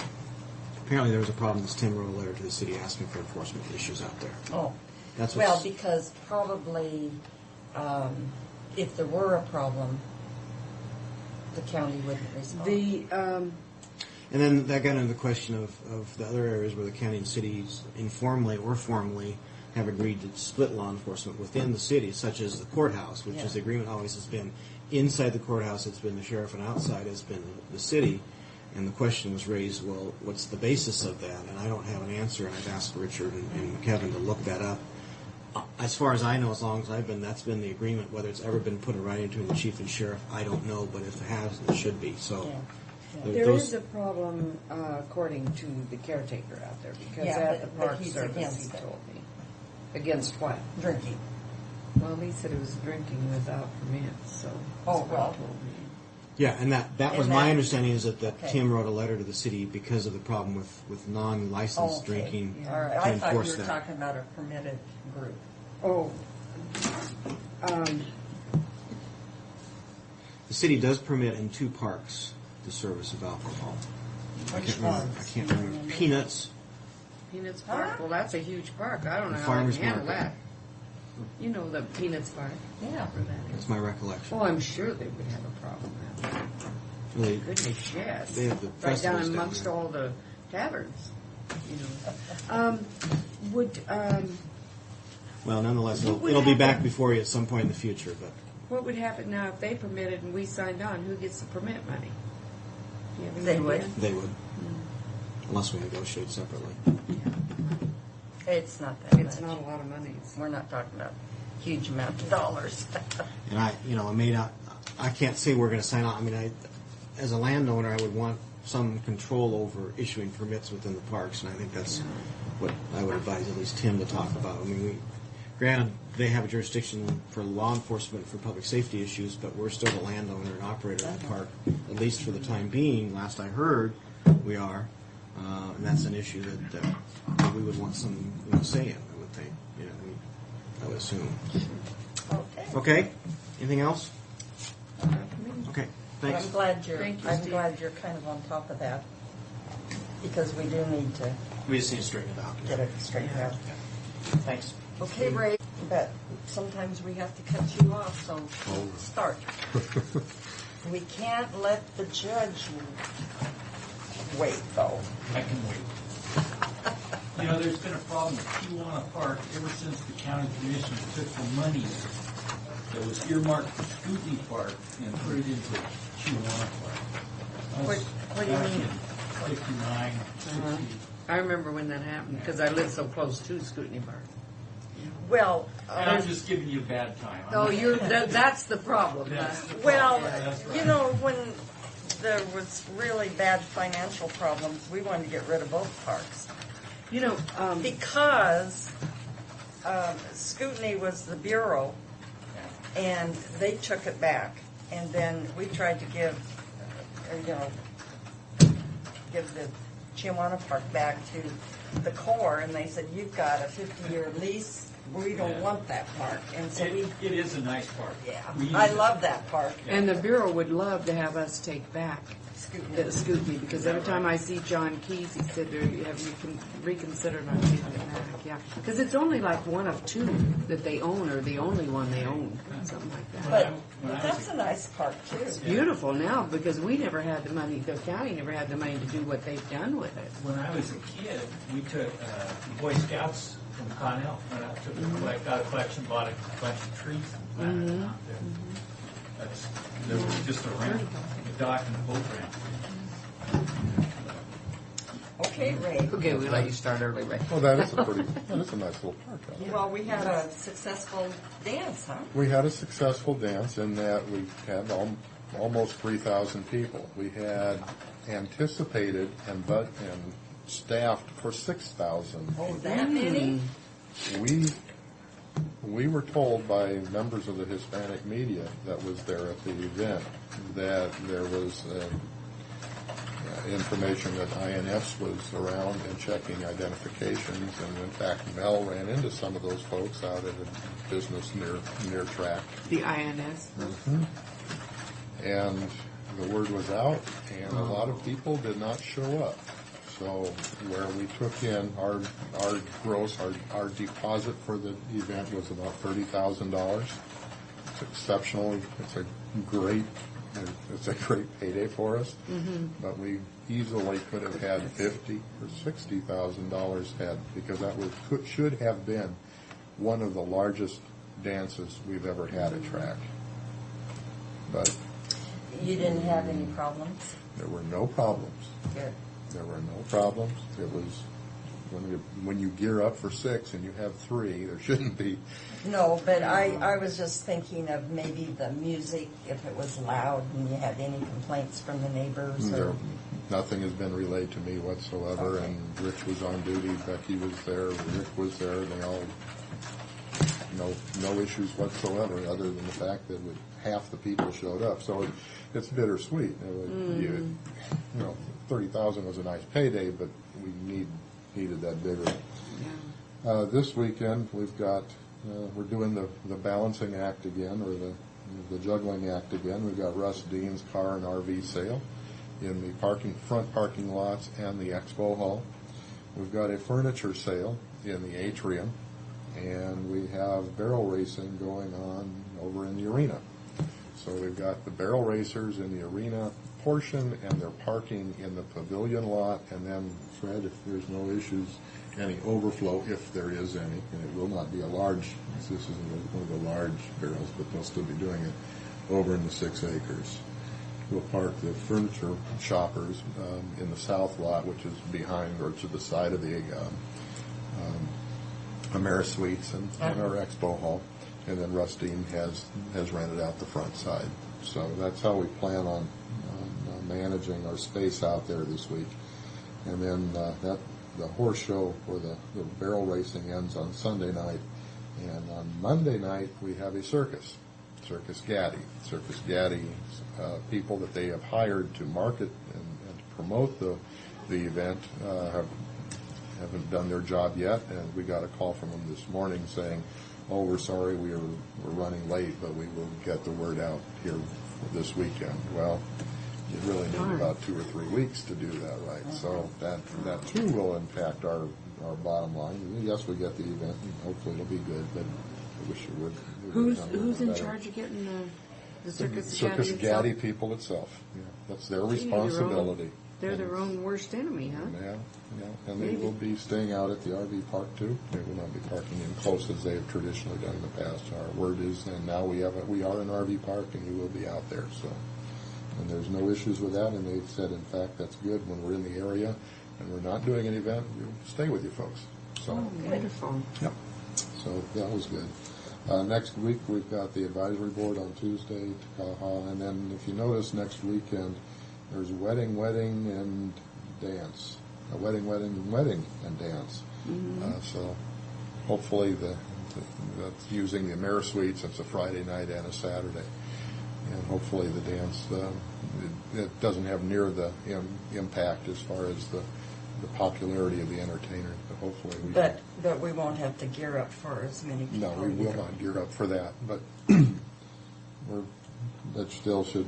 It's good to have the events. So, as you can see, we're gearing up for weddings. There's 3 of them in one weekend, which is kind of unusual. Takes a lot of coordinating because in many cases those folks don't know how many people are coming to their event. And then when they get there, they change their mind. So we'll go through in a process with it. When we book these weddings, we'll have the meeting when you sign the contract, and then you'll have about 2 or 3 more where they come in and they change their mind of what they just told you. So then we've got to go through and change all of our communication in-house as to how we'll staff it and what the request. Wedding coordinators nuts. My niece was one, and she. It's tough. It's really a tough situation. But if you're going to do it, hotel. She was wedding coordinator, and I'm telling you. Yeah. Well, we're into that. We got 3 of them this weekend. But that's showbiz. That's what we do. There's some decent cash in some of these. There's one of those.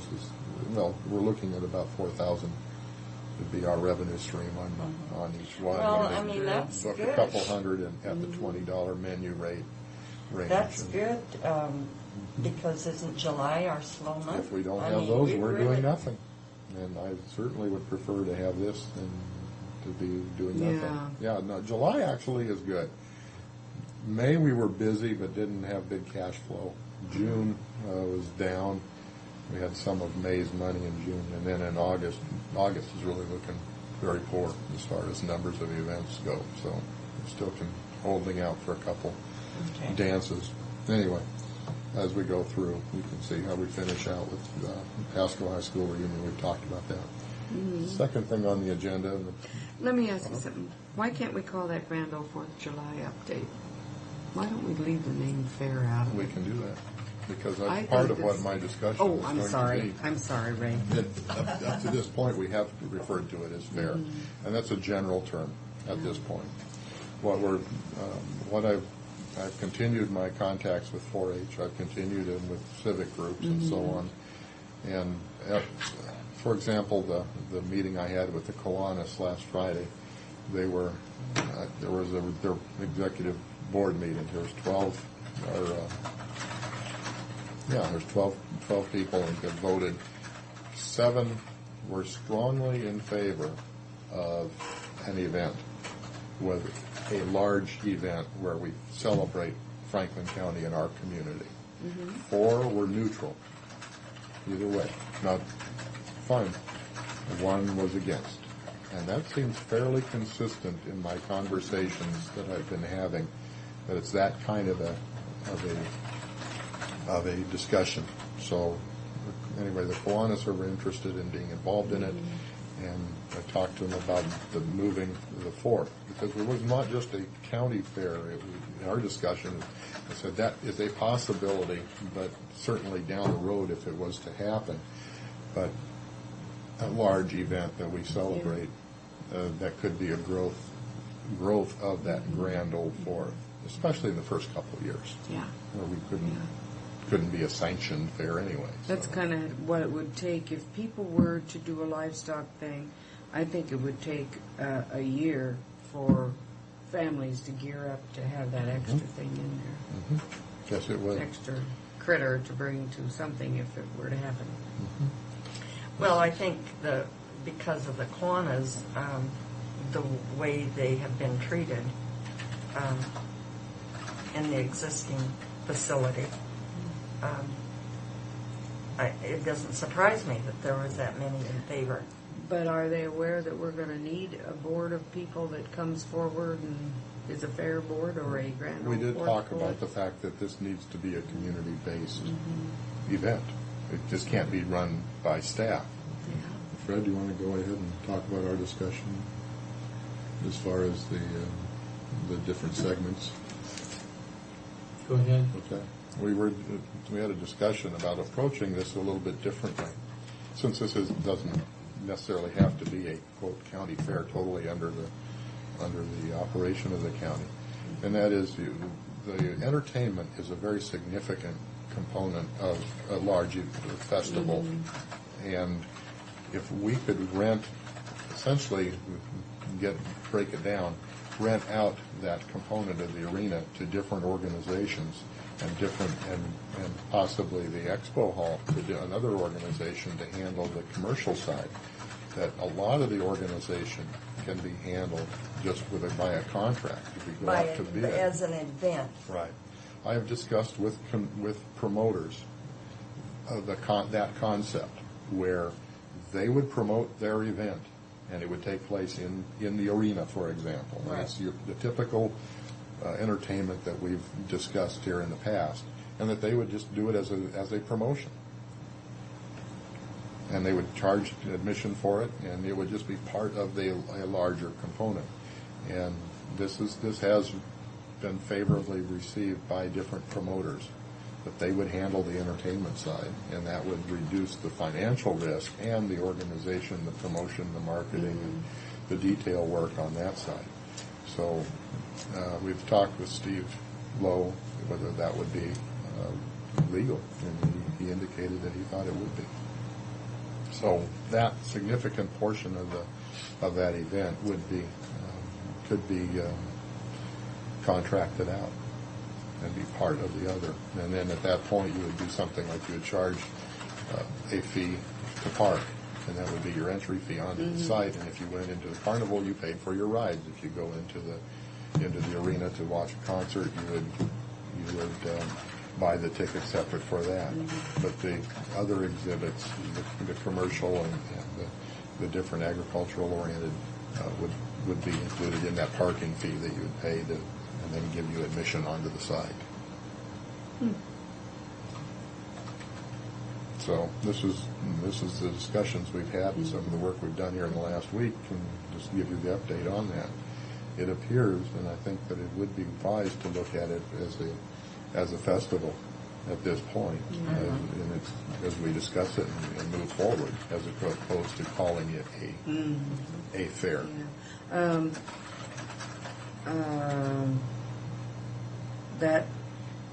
I think that having things in the air-conditioned track building would make it pretty nice for people who don't go to the fair because of the heat. Yes, it would. Yes, it would. As far as the livestock, we're getting into the requirements of what it takes to be a county fair down the road, and it would take 280 stalls to host all the animals. You've got within a fair, you've got 4 different classes. You've got open, youth, 4-H, and FFA, and then with each one of those, there's a certain number of exhibits that need to be animals that need to be exhibited, and that would require us to be at 280 stalls to be at a maximum for final qualification as being Is that a what county fair. Adams County Fair has? Well, this is maximum again. You can have fewer than that. Oh, okay. But at 280 head of horses, beef, dairy, swine, goats, llamas, and sheep. And again, if you look at what we have at track, we are right there. We can accommodate that. We And can? Yes, we can.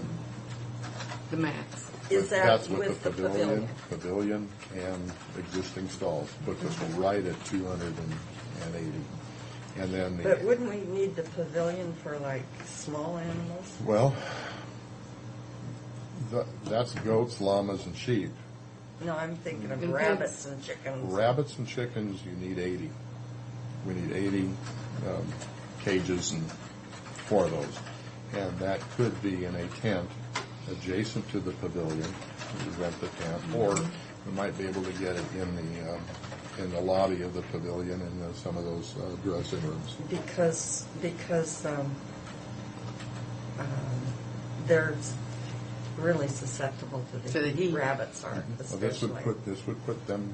We put them in the pavilion lobby and some of those 2 dressing rooms up front. I think we could get 80 cages in there. That'd Maybe be good. The pavilion was designed for hockey players. Yeah. Essentially, take the hose and go in there and wash out those rooms.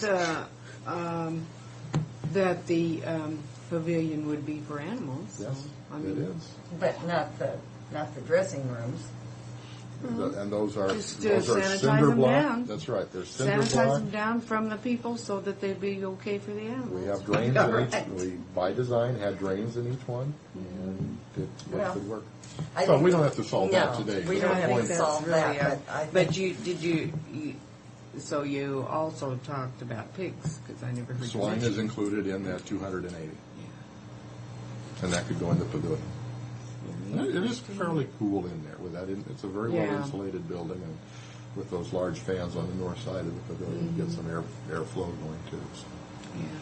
Oh, we could put the ice back in there. Cool them Yeah. down on the ice. But with any kind of a small animal, as long as they have a fan on them, they're okay. It's just when Portacools. we've got those. So anyway, that's kind of what the update is. I've talked with promoters. I've talked with civic groups. I've talked with some of the 4-H people. Well, have you talked to the editorial board? Not yet. They said I got a call from a reporter who would like to be in attendance at the next advisory board meeting, which will be next Tuesday, I believe it is. Well, so they can certainly hear what we're discussing right now. Just essentially our discussion right now would be what I would report in that situation. That we're looking at an event that's tied in with the Grand Ole Fourth, but it would be a showcase for all of Franklin County, and break it up into different segments. But yes, we still, the big crux is to have a group of volunteers to put that event on. And I think that there is some interest in doing that, as I discussed it with the 4-H people. But the way, because the fair that we have now is privatized, you know, it says Benton Franklin Fair, it leaves the word county out of it, and then you have this big, beautiful new sign that Benton County's put up that says home of the Benton County Fairgrounds. And, you know, I just think that it's kind of acing Franklin out.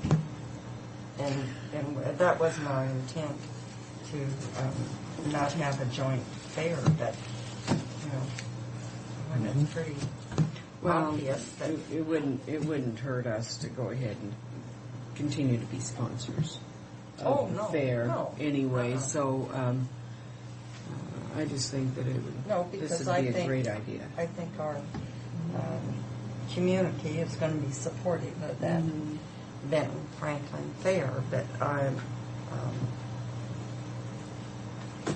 just think there was kind of a... Well, I think Franklin County needs some big thing to be known for, and I think this might be the answer. It could showcase ourselves. Now, did you get a chance to go through that Dakota report? Yes, I did, and it said everything but county fair. It talked about agricultural events and community events. It was rather broad. But it was the first one. That was we were looking at that CTED money to basically use it for some training, travel, whatever, to kind of, if we can take that $9,000 and put it into this event, then I think maybe do some of that. It does say community event. Well, So that's probably covers what we it. need to do that. Can I get a meeting? Well, I'll have this it. afternoon. Yeah, we'll do it at 2:30 today instead of 2. Okay. All right, thank you. Thank you, Ray. I just have a personal concern about steers being at the fair during fireworks. It might be good to plan for the sale when they were off the grounds before that.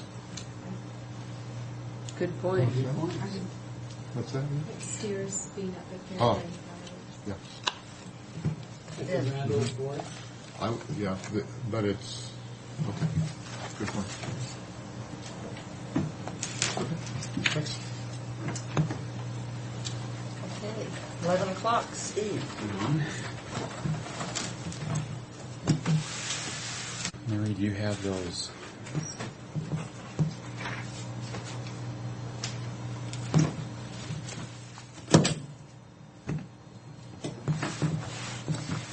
I'll try to do this quick here.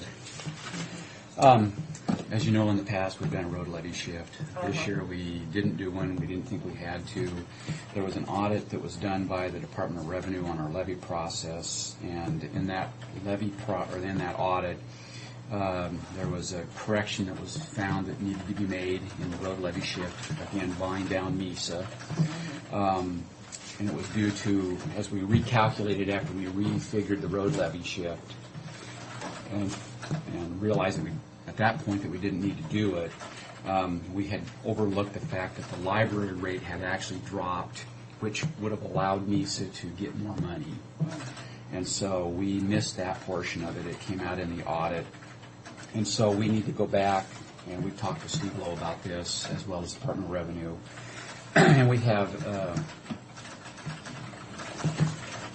well, this is the letter, I guess, all of it here, the resolution and the addendum to the original contract. The amount that we would actually have to send to MESA would be $119.07. Let's do it. So I think that's evidently all of it right there for you. That will take care of it for this year, and we'll have to, of course, address it again for next year at budget time. Okay, is our resolution number 26, 326. 327.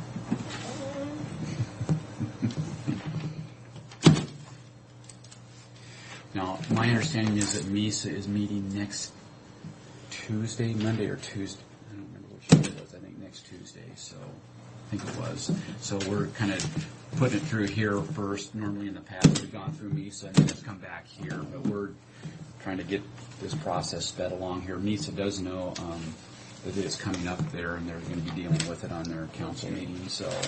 Now, does Mary sign this letter? Yes. Oh. I think she just That's- prepared it for me to send. I think that's just a cover letter there, isn't it? Okay. I move approval of the amendment to the Franklin County Resolution 2001-561 and approve the addendum to the road levy shift contract between Franklin County and the City of Mesa for the year 2004. I'll second the motion. All in favor? Aye.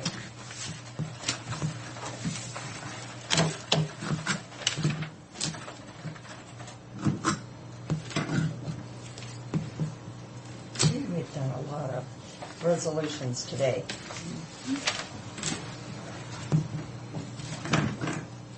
Did a lot of work done when Frank's gone. I figured that was going to come.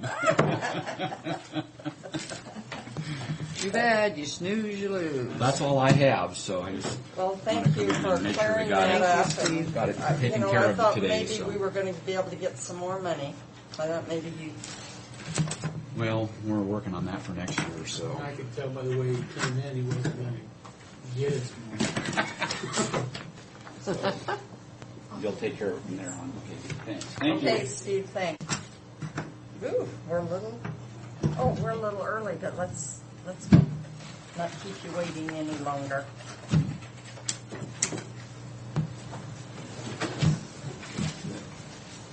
Now this looks serious. Oh, we're always Fucking serious, you know. serious. Yep. I think these are the. I think these are the originals. Great, thank you. Morning. Good morning. Morning. We're back. We've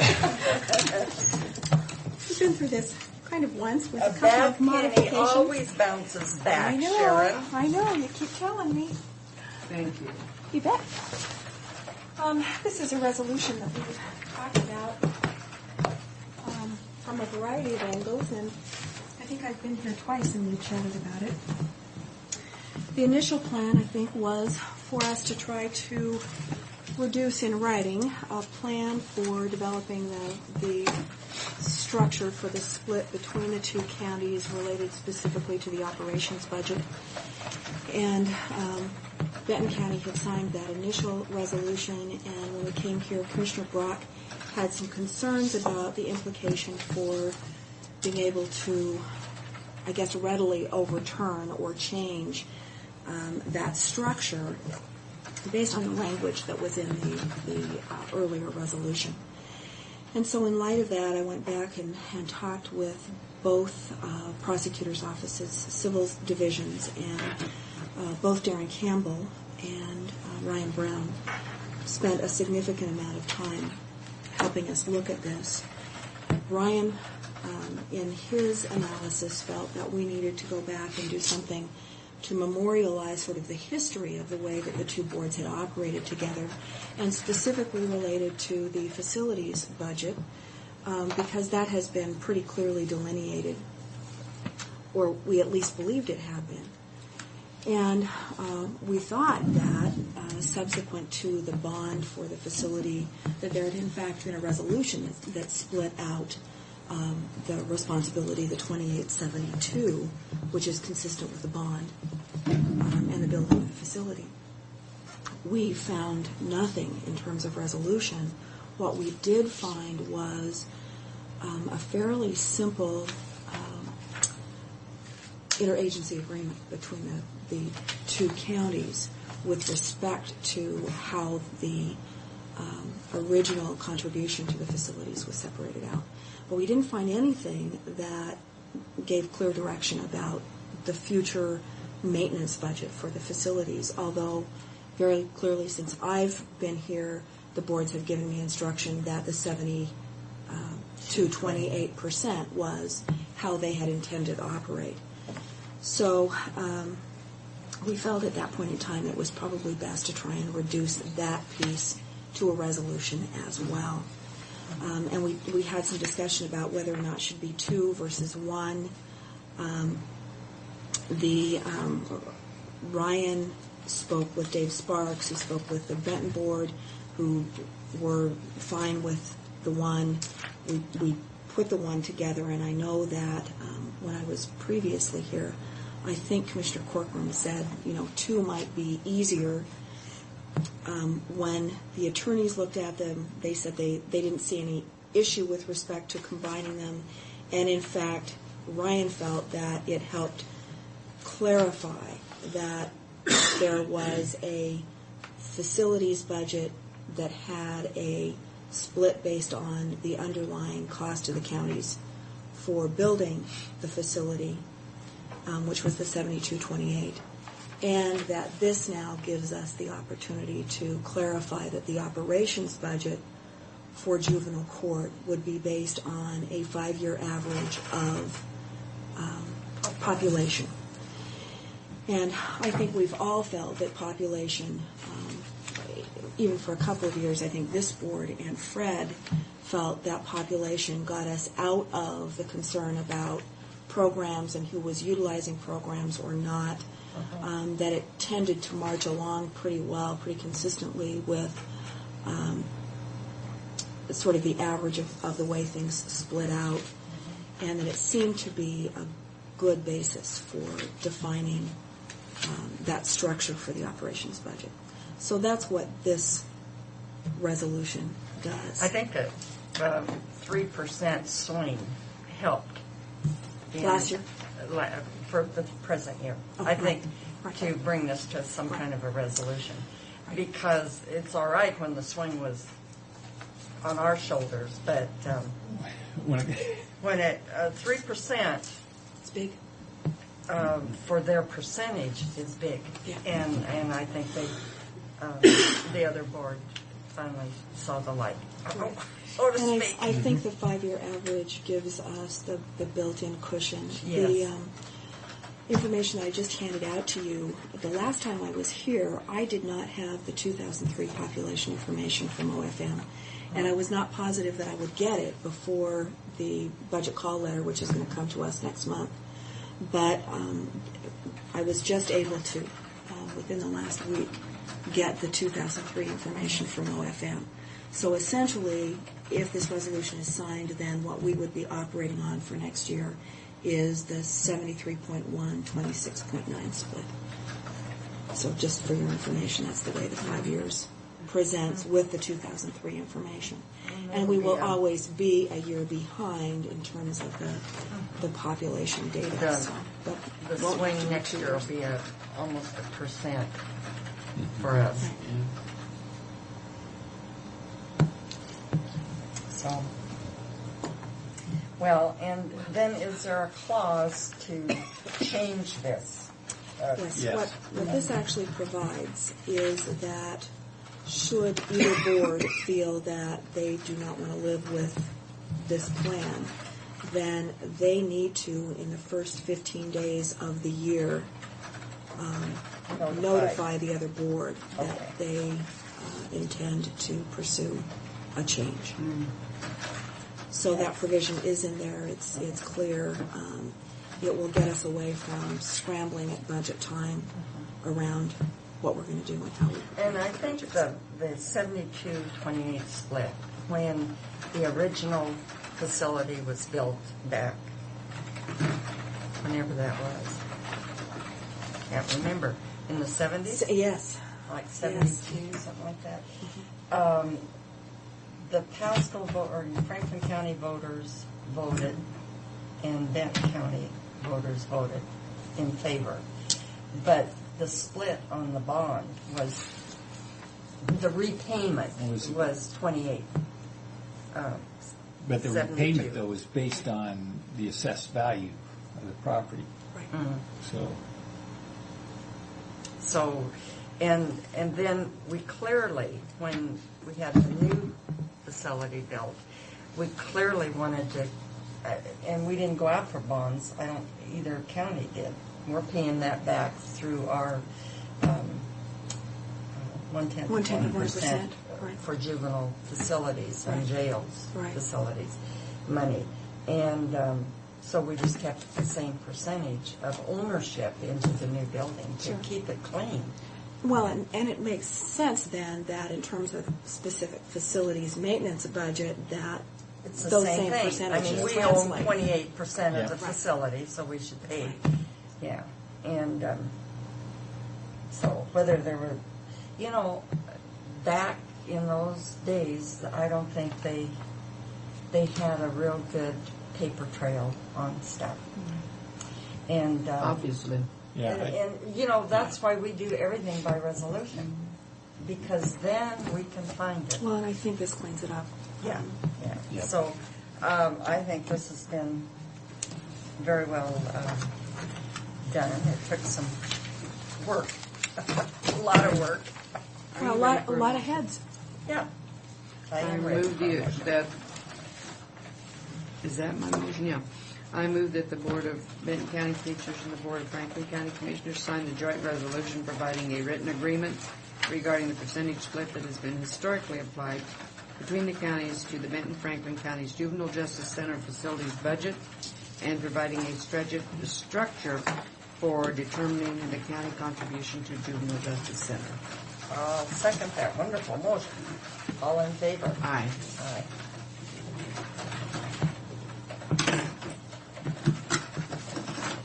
I need to stamp those soon.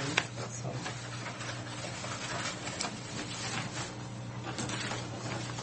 I'll get them out of your way until you're ready. That was too much. I know. You're probably going to run into the opposition audio.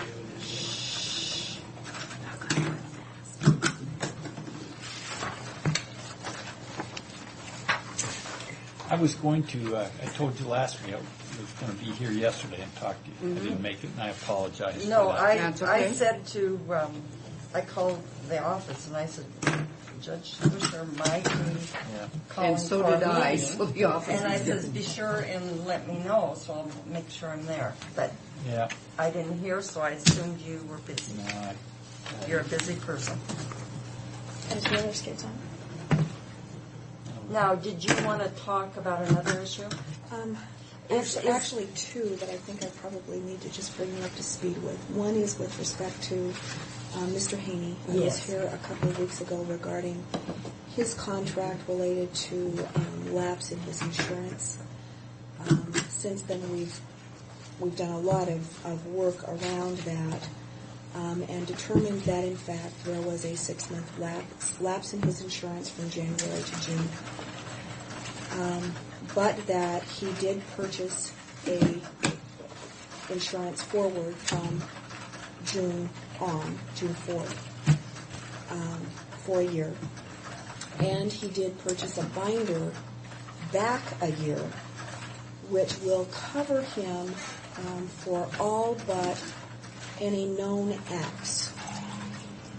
And the concern, I think, on the part of the civil prosecutors is that in the event of a claim, a known act, an issue of a known act would be something that an insurance company would probably pursue to try to prove, I guess, that somehow he knew about the circumstance. So there is a 6-month window that we cannot protect the counties from in terms of that potential situation. We've not had any of those circumstances. I don't know about any problems that I think that I would need to alert the boards to. So I have a meeting with the Benton County Board this coming Monday. What we have provided for them is essentially 2 options. One, a letter to Mr. Haney saying you were in fact in violation of your contract, breach of your contract, because you didn't have insurance and were intending to cancel the contract. The other would be, and it's the one that I am recommending that the board sign, is a letter to Mr. Haney telling him that the boards will continue with his contract as long as he is willing to sign an amendment to his contract that give the boards the right to immediately cancel the contract upon any further lapse of insurance. And should there be an issue related to a problem and some kind of legal action as a result of an act that occurred between January 1 and June 1. Again, I do not see that that's likely. I don't anticipate a problem. And I think that the boards, the counties, are in far better stead if they have that 12 months of back binder than if they have none. So I think it's wise for the counties to proceed in that way. I do not know what the Benton Board will do at this point in time. What did the prosecutors recommend? Did they, were they involved at all? I know that prosecutors can't be involved in those negotiating a contract, right. but they can. I think they were very cautious in terms of how to proceed, although it was Darren Campbell that I spoke with prior to his leaving.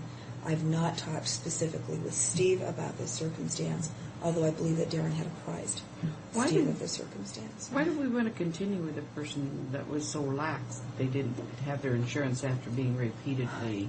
Well, and I think that that's one option that the boards certainly would be able to consider. I think the issue from at least Cassandra Noble's perspective is that at least the boards with the ongoing contract and the amendment would have the ability to say we're canceling now if there was a further breach. And you have that binder that he could, and I would expect would cancel should he not have an ongoing contract.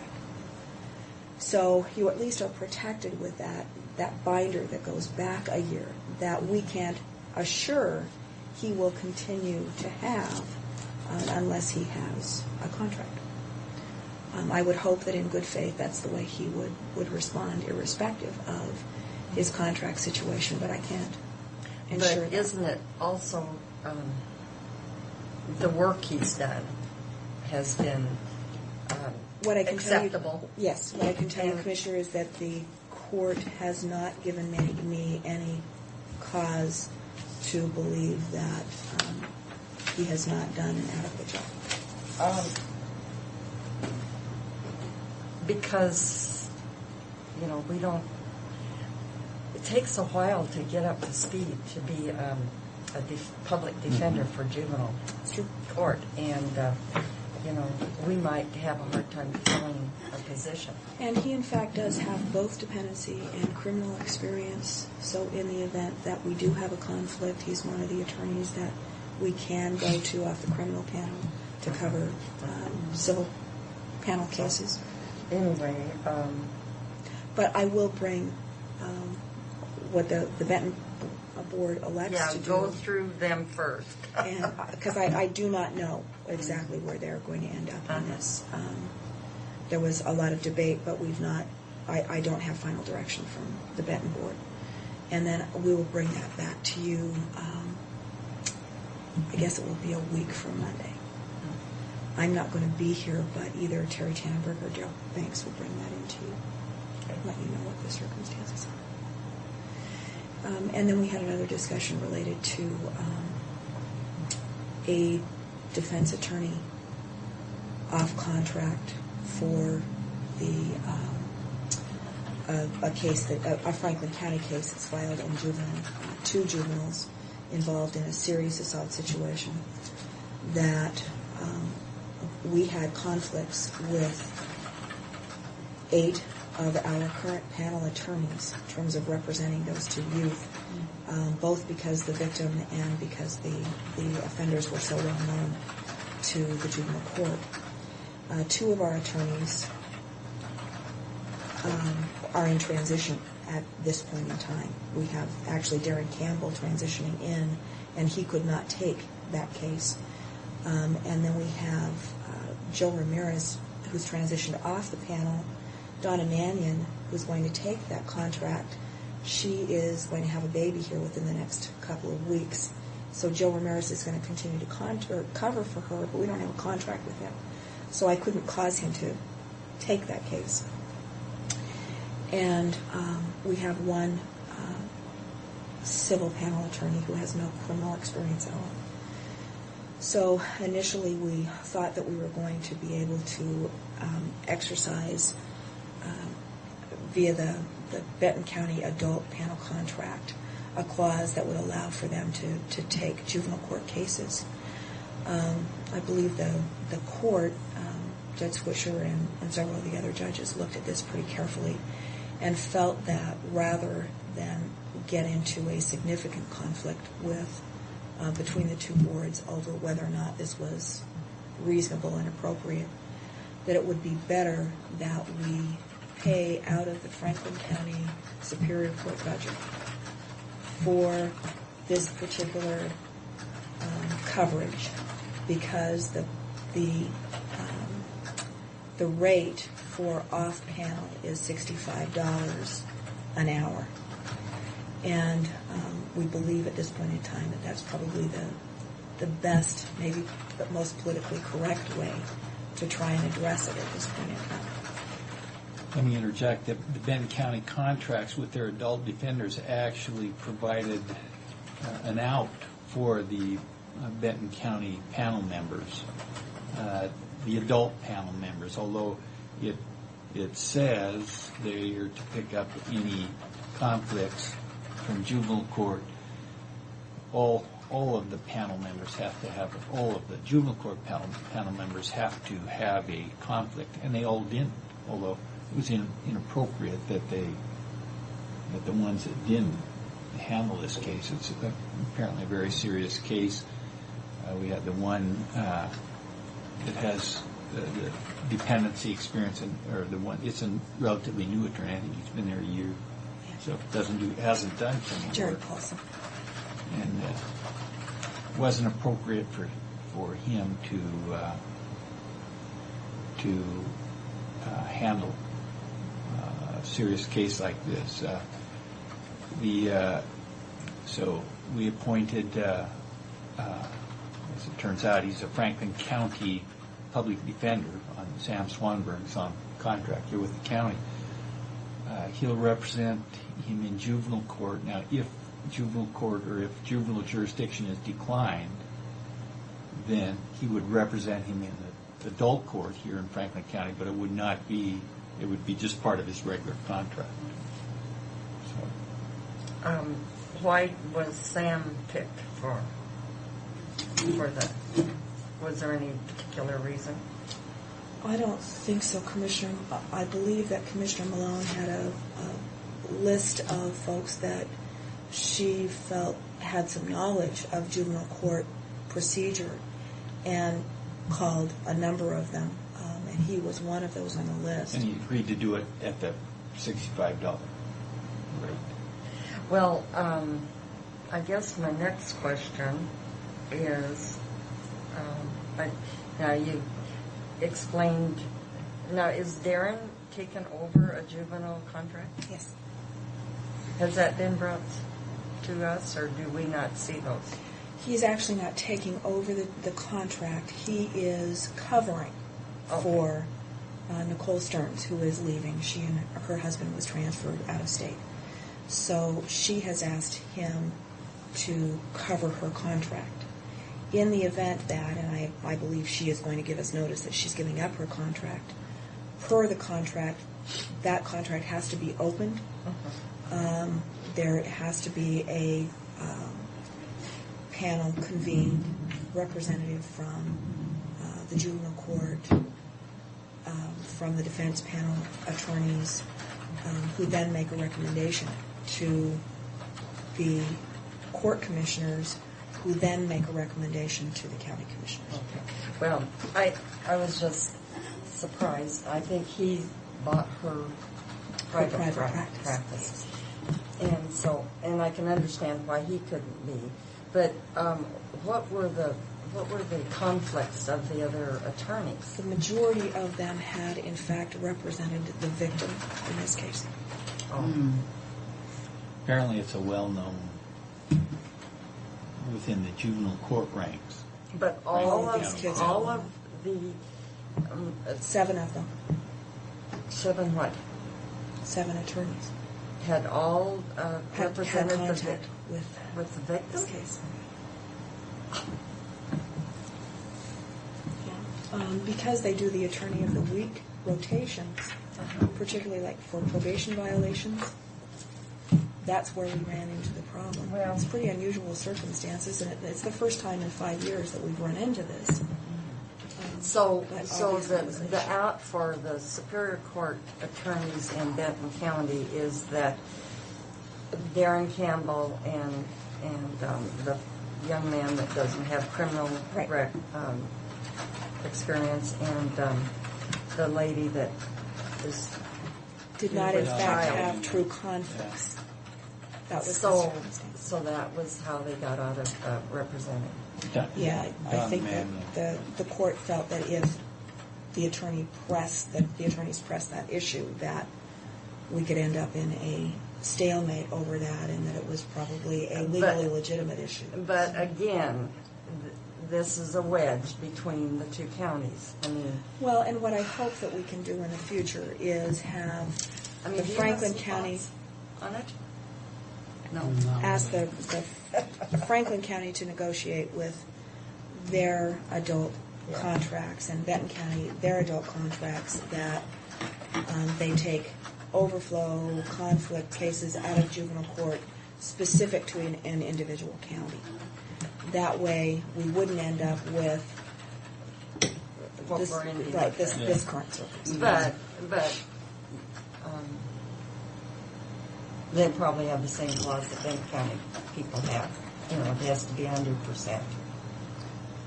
Well, and we may be able to look at negotiating that language. When you negotiate with your public defenders, again, there's at least one other issue that's got to be brought up with your public defenders that I know of. So I would hope you had Tim Klaschke do it. Yes. I'd hope you'd tell him to contact the judges. Yeah, before he puts anything in writing or sits down with them, because we have some thoughts. I can tell you right off the top of my head, it came up a couple of months ago. They're obligated, the adult public defenders are obligated to handle all appeals from district court. The issue came up, what happens to an appeal to Superior Court from municipal court? And that's not covered in the contract that you have.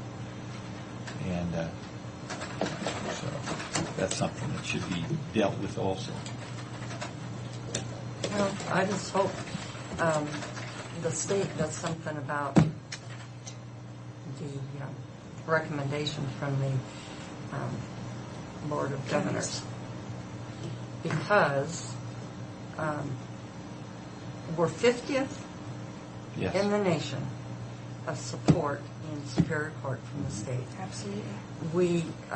They absolutely do nothing, zero, for public defense, except with the Indigency Defense Pilot Project, and that's in 2 counties. Yeah.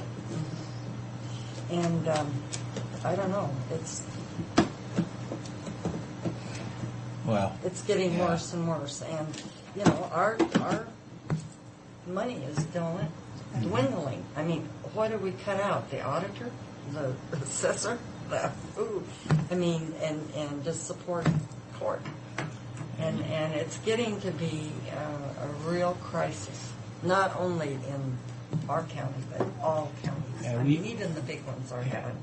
We as a group, county commissioners, judges, need to really pressure our elected state representatives on this issue. Like Jerome is, he works in the criminal justice department in Richmond. Of all people, he should be prize. Is what's He, going on. well, his wife is the district court manager there, so I'm pretty sure because that figure, 50th, also it relates to all trial courts. It includes district court. Uh-huh. Oh, absolutely. So, it's all. Yes, Yeah. so it's all of them.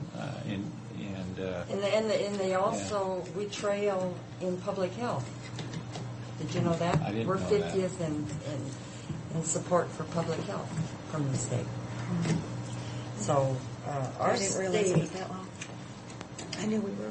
I think our state, in which, I'm a proponent of education, but I mean, that's in the Constitution and non-debatable, and it's amazing. People don't understand how much of the state budget goes to K through 12. Sure. And that's just off the table. You can't touch that. Well, then you have all that big monster of the SHS. And it is a monster. Well, it's just too big. It should be split out.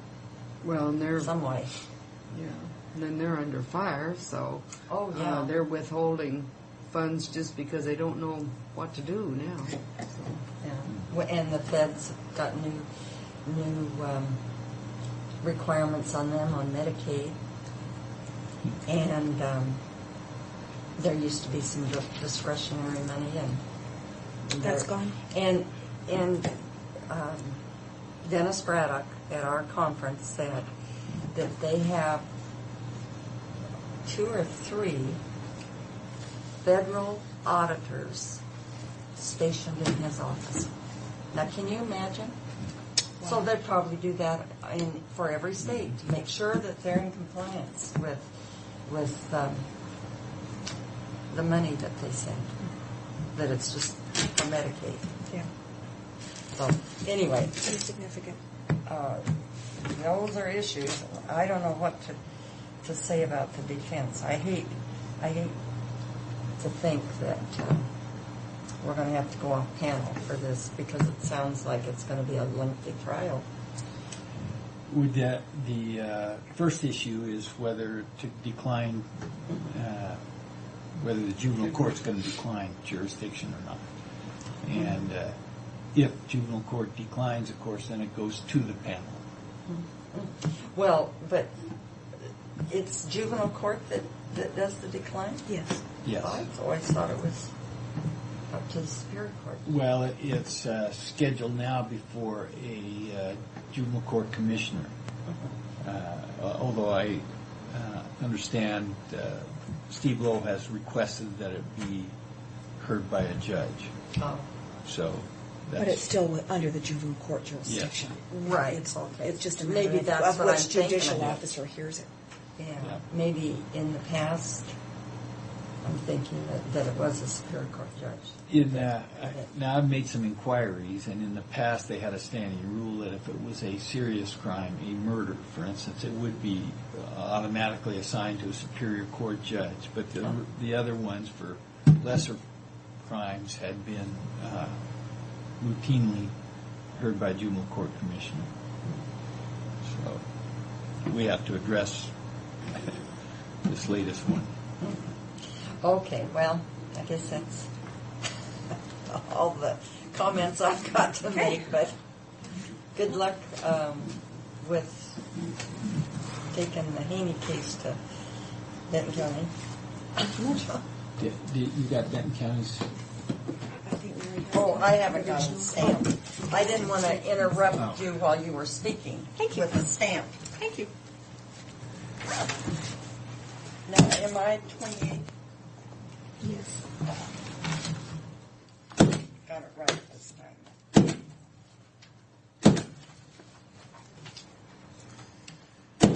Mary needs to sign. Just take them with me. Thank you so much. Thank you for coming in. Yep. Yes. Always Lots nice to be going here. on. Always. If the ground didn't keep shifting, we wouldn't know where we were standing anyway, would we? That's right. And by the way, Kiwanis Park is a real nice park. We use it all the time. Yeah, Thank you. It is really lovely. And we've got a nice young man that's a caretaker Oh, too. okay. Oh, he lives down in the house that's there. Well, I don't know if he's in it now. Is he moved in? They were carpeting and painting Oh, because okay. the former one caretaker, his wife, I think, so that was just needed to be redone. No, it is a very nice building.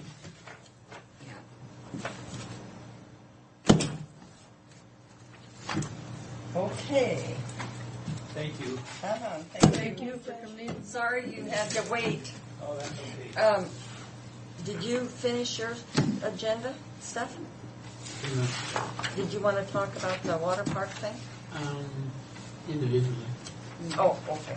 Brad, how soon is the courthouse going to be done? They're going to close it Monday. That's not what I meant. That's about the best answer I can give you. The outcome on the other end. Well, you know, they got started late. Yeah. So, but Well, I heard fall 2005, and I can hardly believe that it would be done then. That's a Oh, they little over a said year. they'd have it September next year. I don't believe that for a minute. Oh, the resident engineer for the construction company is the Davis boy. Yeah. Oh, Bill Davis's son. Yeah. Yeah. Yeah, and you know, Tim was remarking all of the supervisors for Leidig and that's going to be on this project, how young they were. You know, so that has something to say about that company. Yeah, although the Davis boy worked for him while he was going to college, and then he was the supervisor over at the Coliseum. Coliseum. So he's Or the whatever it is. the convention center. Yeah, the convention center. Yeah. So he's been around a little. Yeah. Well, and I'm sure that he'll do a good job for us. So we know who we can sing on. I think That's right. That's right. So, okay. It's been really interesting. Well, thanks for coming in, Fran. We're a very interesting group of people. But we got a lot of business done, didn't we? Yeah, we Certainly did. did. I can't believe in the variety. Yeah, isn't that something? They're smart gals, I think. Oh, I'm not so sure about that, but we get a lot try. of help. We get a lot of help. Thank you very much. Bye-bye, Fran. I guess we're adjourned.